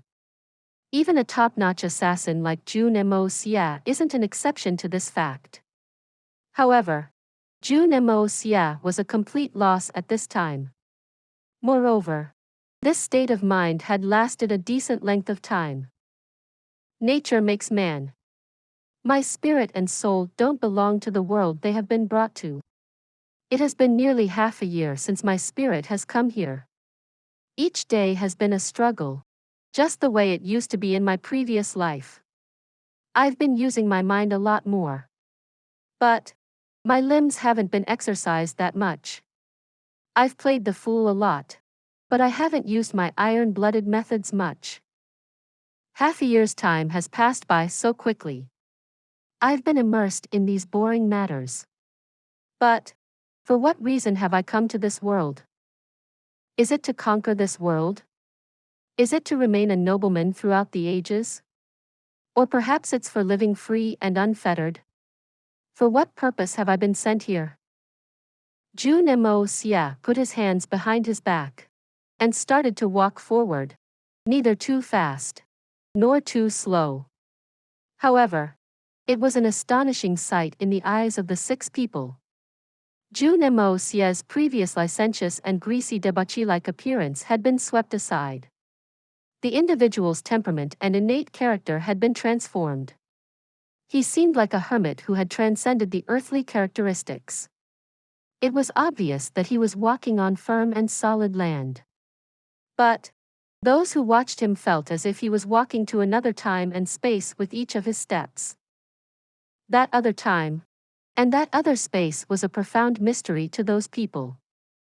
The others felt a very unfathomable feeling at that time. This person can't be considered of this world. In fact, he never ought to be of this world. This particular feeling was obviously very absurd to their perceptions. However, it still existed. He walked forward step by step. However, it seemed that everything in that world, the people besides him, the ground beneath his feet, the trees on his sides, and the dust in the air weren't meant for him. It was evident that nothing in that world had anything to do with him. Everything still existed in harmony. However, one thing seemed in discord with the world.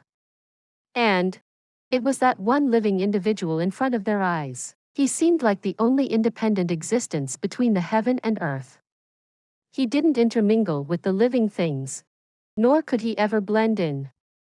It seemed that this one individual, Jun Moxie, was all alone in his own little world. This wasn't a feeling of loneliness that's felt by those at the top. Rather, it was one of detachment. Moreover, there was an extremely desolate air to it. He had transcended beyond everything. He was independent from the living world. However, he could still intervene in it. I'm not of this world, but I exist in this world. This world is not mine, but I will die in this world. Guan Qinghan and Dugu Xiaoyi had forgotten about walking. They just foolishly stared at the image of that person in front of them. The both of them had the same thought. Are these his true colors? Dugu Xiaoyi couldn't help an urge of walking to Jun Moxie and talking to him. However, she got scared away by that strange feeling that came from him. Guan Qinghan had also pulled her back and had stopped her from opening her mouth. Guan Qinghan didn't know what was happening with Jun Moxie. She didn't know why things had suddenly become such. However, she had a keenly sensed that Jun Moxie shouldn't be disturbed at that moment. She was aware that even a little sound could interrupt his unusual stupor. Then, there was a shout. Jun Moxie let out a very long breath as he stopped in his footsteps.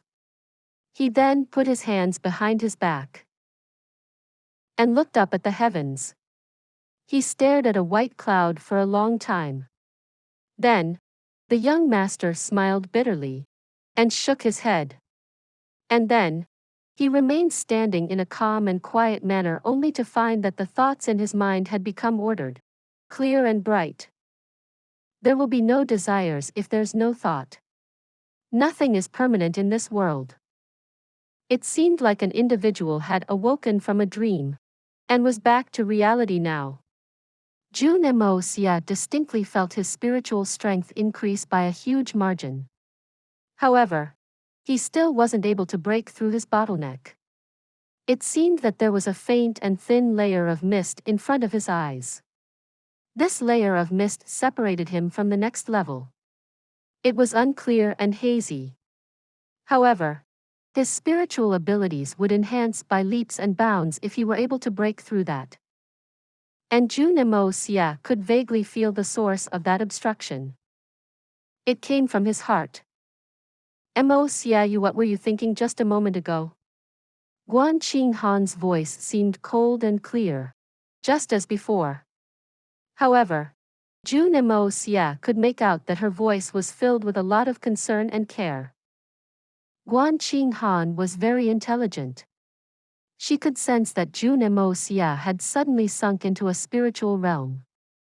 And she had also felt that he was at a very important juncture of an unexpected breakthrough. So, she watched as he seemingly remained immersed in that spiritual realm. She watched him for some time. However, she felt that he suddenly started to seem like someone who had been on the verge of gaining immortality, but had been struck down to the mundane world of mortals. She could distinctly feel the difference in him. So, she couldn't help herself, and asked. Just a moment ago I was thinking Jun Xie still seemed absent-minded.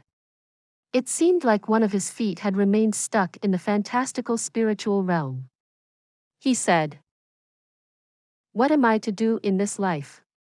Or perhaps, why did I get this life? What is my goal? What can I do? What am I to achieve? Goal? Guan Qinghan asked hesitantly before she continued. It isn't necessary for every living person to have a goal, is it? However, she asked herself in her thoughts. What about me? Why am I alive? What's my goal here? Guan Qinghan suddenly felt overwhelmingly listless. My younger brother-in-law must have a goal. However, do I have the qualification to pursue my goals? Do I have this qualification? Yes. Everyone should have goals. Everyone should have them. I used to have a notion. I wanted to use my strength to make the world a brighter place. I wanted to kill and slaughter to rectify the world's filth. I hoped that it would bring the world to the peace and prosperity I desired for it. I didn't wish to see things that seemed unjust to my eyes. Jun Xie smiled bitterly as he spoke. I've never paid attention to other people. I've only followed my own methods. And I've done what I feel like doing in any given circumstance. I've always gone my own way. I didn't change even when I knew that it's inadequate and I'm striving fruitlessly. However, I'm at a loss after I've come here. I'm at a complete loss. Guan Qinghan naturally didn't know what Jun Xie meant by striving fruitlessly. And she understood what he meant by coming here even less. However, she listened to Jun Xie speak and came to the conclusion that he felt extremely lonely. This made her as calm as still water. However, she felt a dull ache in the innermost part of her heart.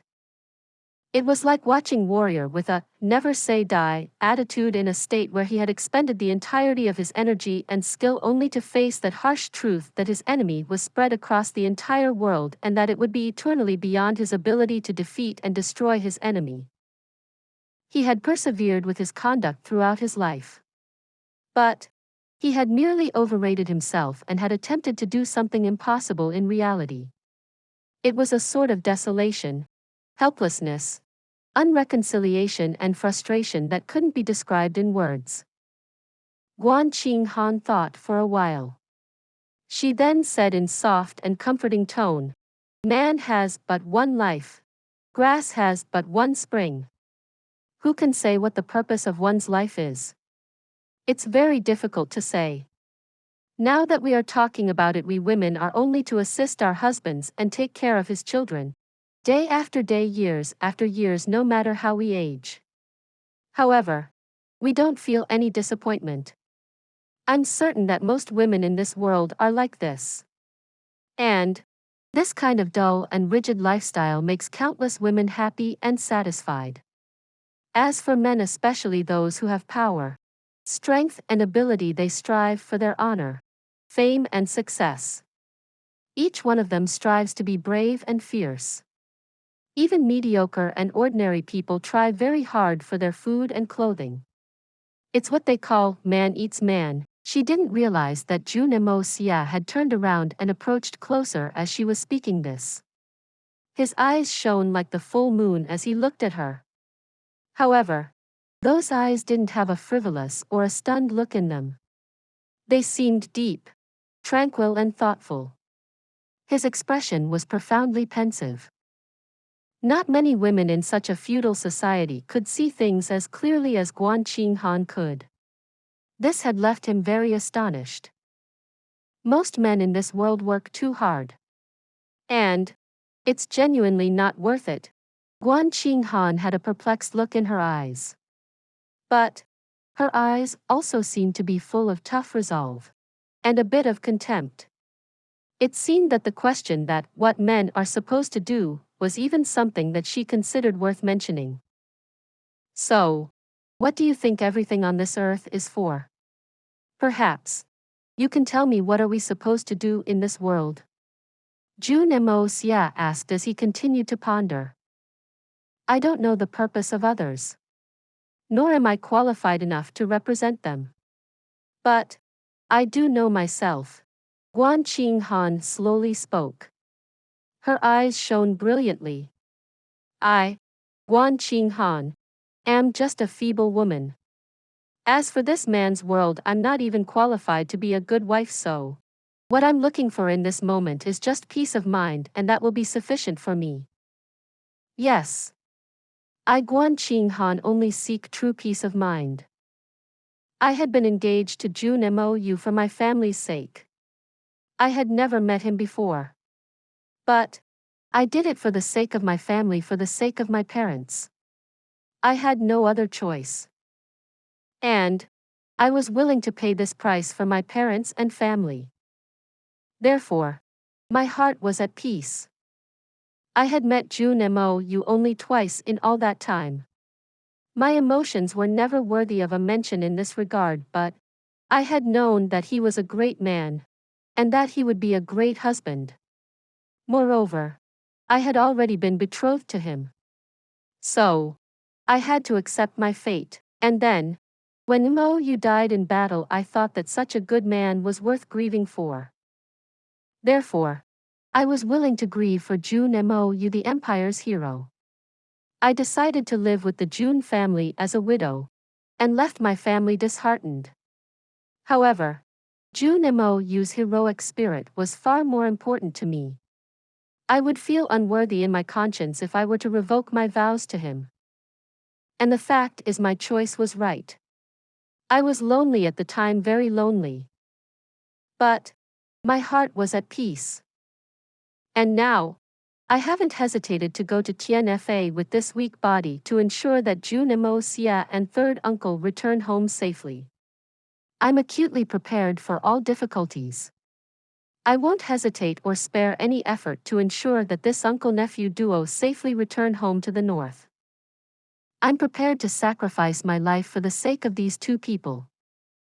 And my heart is at peace with this as well. I have no other demands. That's all. The Jun family has treated me justly, like I were their own flesh and blood. So, wouldn't I be worse than a beast if I were to helplessly watch as Jun Moxie and Uncle Jun Wui died because of me? There was also an additional secret reason. Jun Moxie seemed to have a lot of affection for her. She used to be cold towards him in the past, and hadn't cared about his feelings. However, she had recently been letting her guard down, and had been ignoring the warning signs. This was especially true since the time when Jun Moxie had helped her improve her Xian Qi cultivation. There had been an indistinct skin contact between them at that time. That feeling had been returning to Guan Qinghan every night. It had gotten even worse recently. And this had left her in panic. Therefore, it's better to go to Tian. My death will solve all problems. It will solve my quarrels with this mortal life. I can repay the Jun family's great kindness with my life. It will also rid my younger brother-in-law of his infatuation with me. This will solve everything. And my heart will remain at peace. The Jun family's honor will remain intact. And the Guan family's honor won't be tainted. The two families' reputation won't be affected. As for me, I needn't think about it. Good. You spoke well. You spoke very well. Ha ha ha. Jun Moxie suddenly started to laugh. Only seek for the heart to be at peace. Only seek to have no quarrels in one's conscience. People often say that a peaceful heart can find justice in this world. But who could have imagined that a peaceful heart is the justice of this world? Killing a person is okay. Saving a person is okay.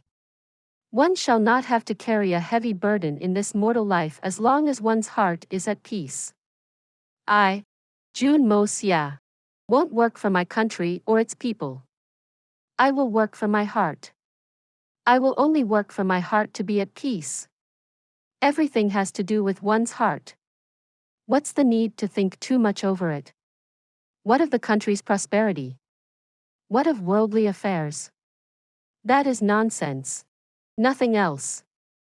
Therefore, I will live my life my way. I will be unrestrained. I will be unfettered. No one can influence my thoughts.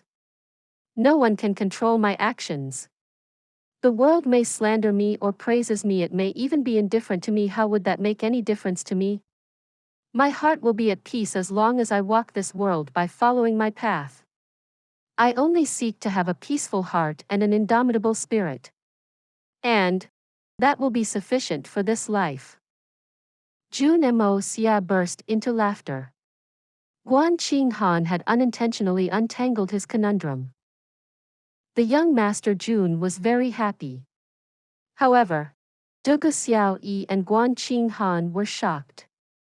And the deputy leaders of the Heaven Destroyer team and the Spirit Devourer team, those four men who still stood behind the two ladies, could clearly see the change in Jun Moxie.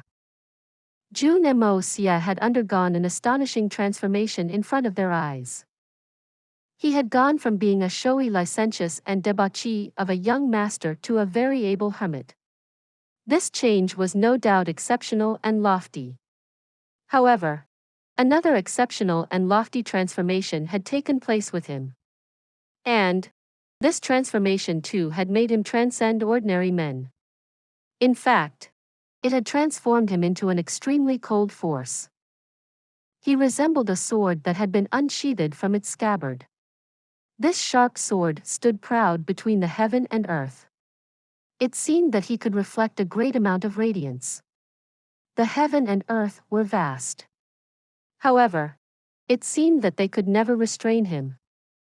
That indescribable sense of confusion had been swept away from his mind. He could distinctly feel the formless spiritual energy of his mind rise by leaps and bounds. He was completely integrated with the world. But he wasn't confined to anything. How can I be happy with the status quo in this life? How can I sleep stranded under this heaven? I will pass unhindered through the world. I will hold a great sword. And the world will ask, who is that hero who scales to such heights? I don't wish to conquer the world. But no one in this world will ever think of telling me what to do. They won't even dream of messing with me. Or my family. My goal is finally clear to me. I want my Jun family to become an existence that far surpasses the Silver Blizzard City and the Xuan Manor. I want it to become a family which sits at the highest levels in this world. Even the Emperor or the Great Masters wouldn't be able to look at its members. And this is bound to require a flood of blood. However, my heart is at peace. This will be the direction of my life's efforts. I will have no regrets. The corners of Jun Moxie's mouth became crooked as he smiled in a cold manner. Then, he softly said, "Then, my journey of slaughter begins with Tian Fa." A cold and extremely powerful murderous aura suddenly burst out from his body and spiraled towards the heavens. That unparalleled murderous aura raged about, and made the sleeves of his 6 companions flutter. It was late autumn, and the withering leaves were already at death's door. They started to flutter about due to his sky-high murderous aura. Then, they left their branches and circled down in the wind as they dropped. The scene resembled an all-encompassing yellow rain. A number of small birds left the trees. Their wings flapped a couple times before they suddenly came across the dense murderous aura. They then tweeted mournfully for a while as they dropped to the ground. The shadows of 3 individuals were quickly flitting through the wooded mountains in the distance. However, they immediately stopped after they had looked at this scene. One of them spoke in a serious tone. "This is a very frightening murderous aura. Who's behind this?" The 2 men besides him wore a cautious expression as they looked into the distance. Then, one of them contemplated out loud. Could it be that Chu Chi Hun has finally arrived?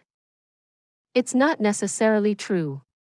It's true that Chu Chi Hun's murderous aura is very powerful. However, it is sharp, acute and concentrated.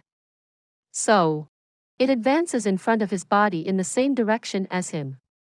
However, this person's aura is extremely overwhelming. It even blots out the heavens. These 2 auras are completely different. So, I can tell that this individual isn't Chu Chi Hun. However, this person's murderous aura is no less than the great assassin Chu Chi Hun's.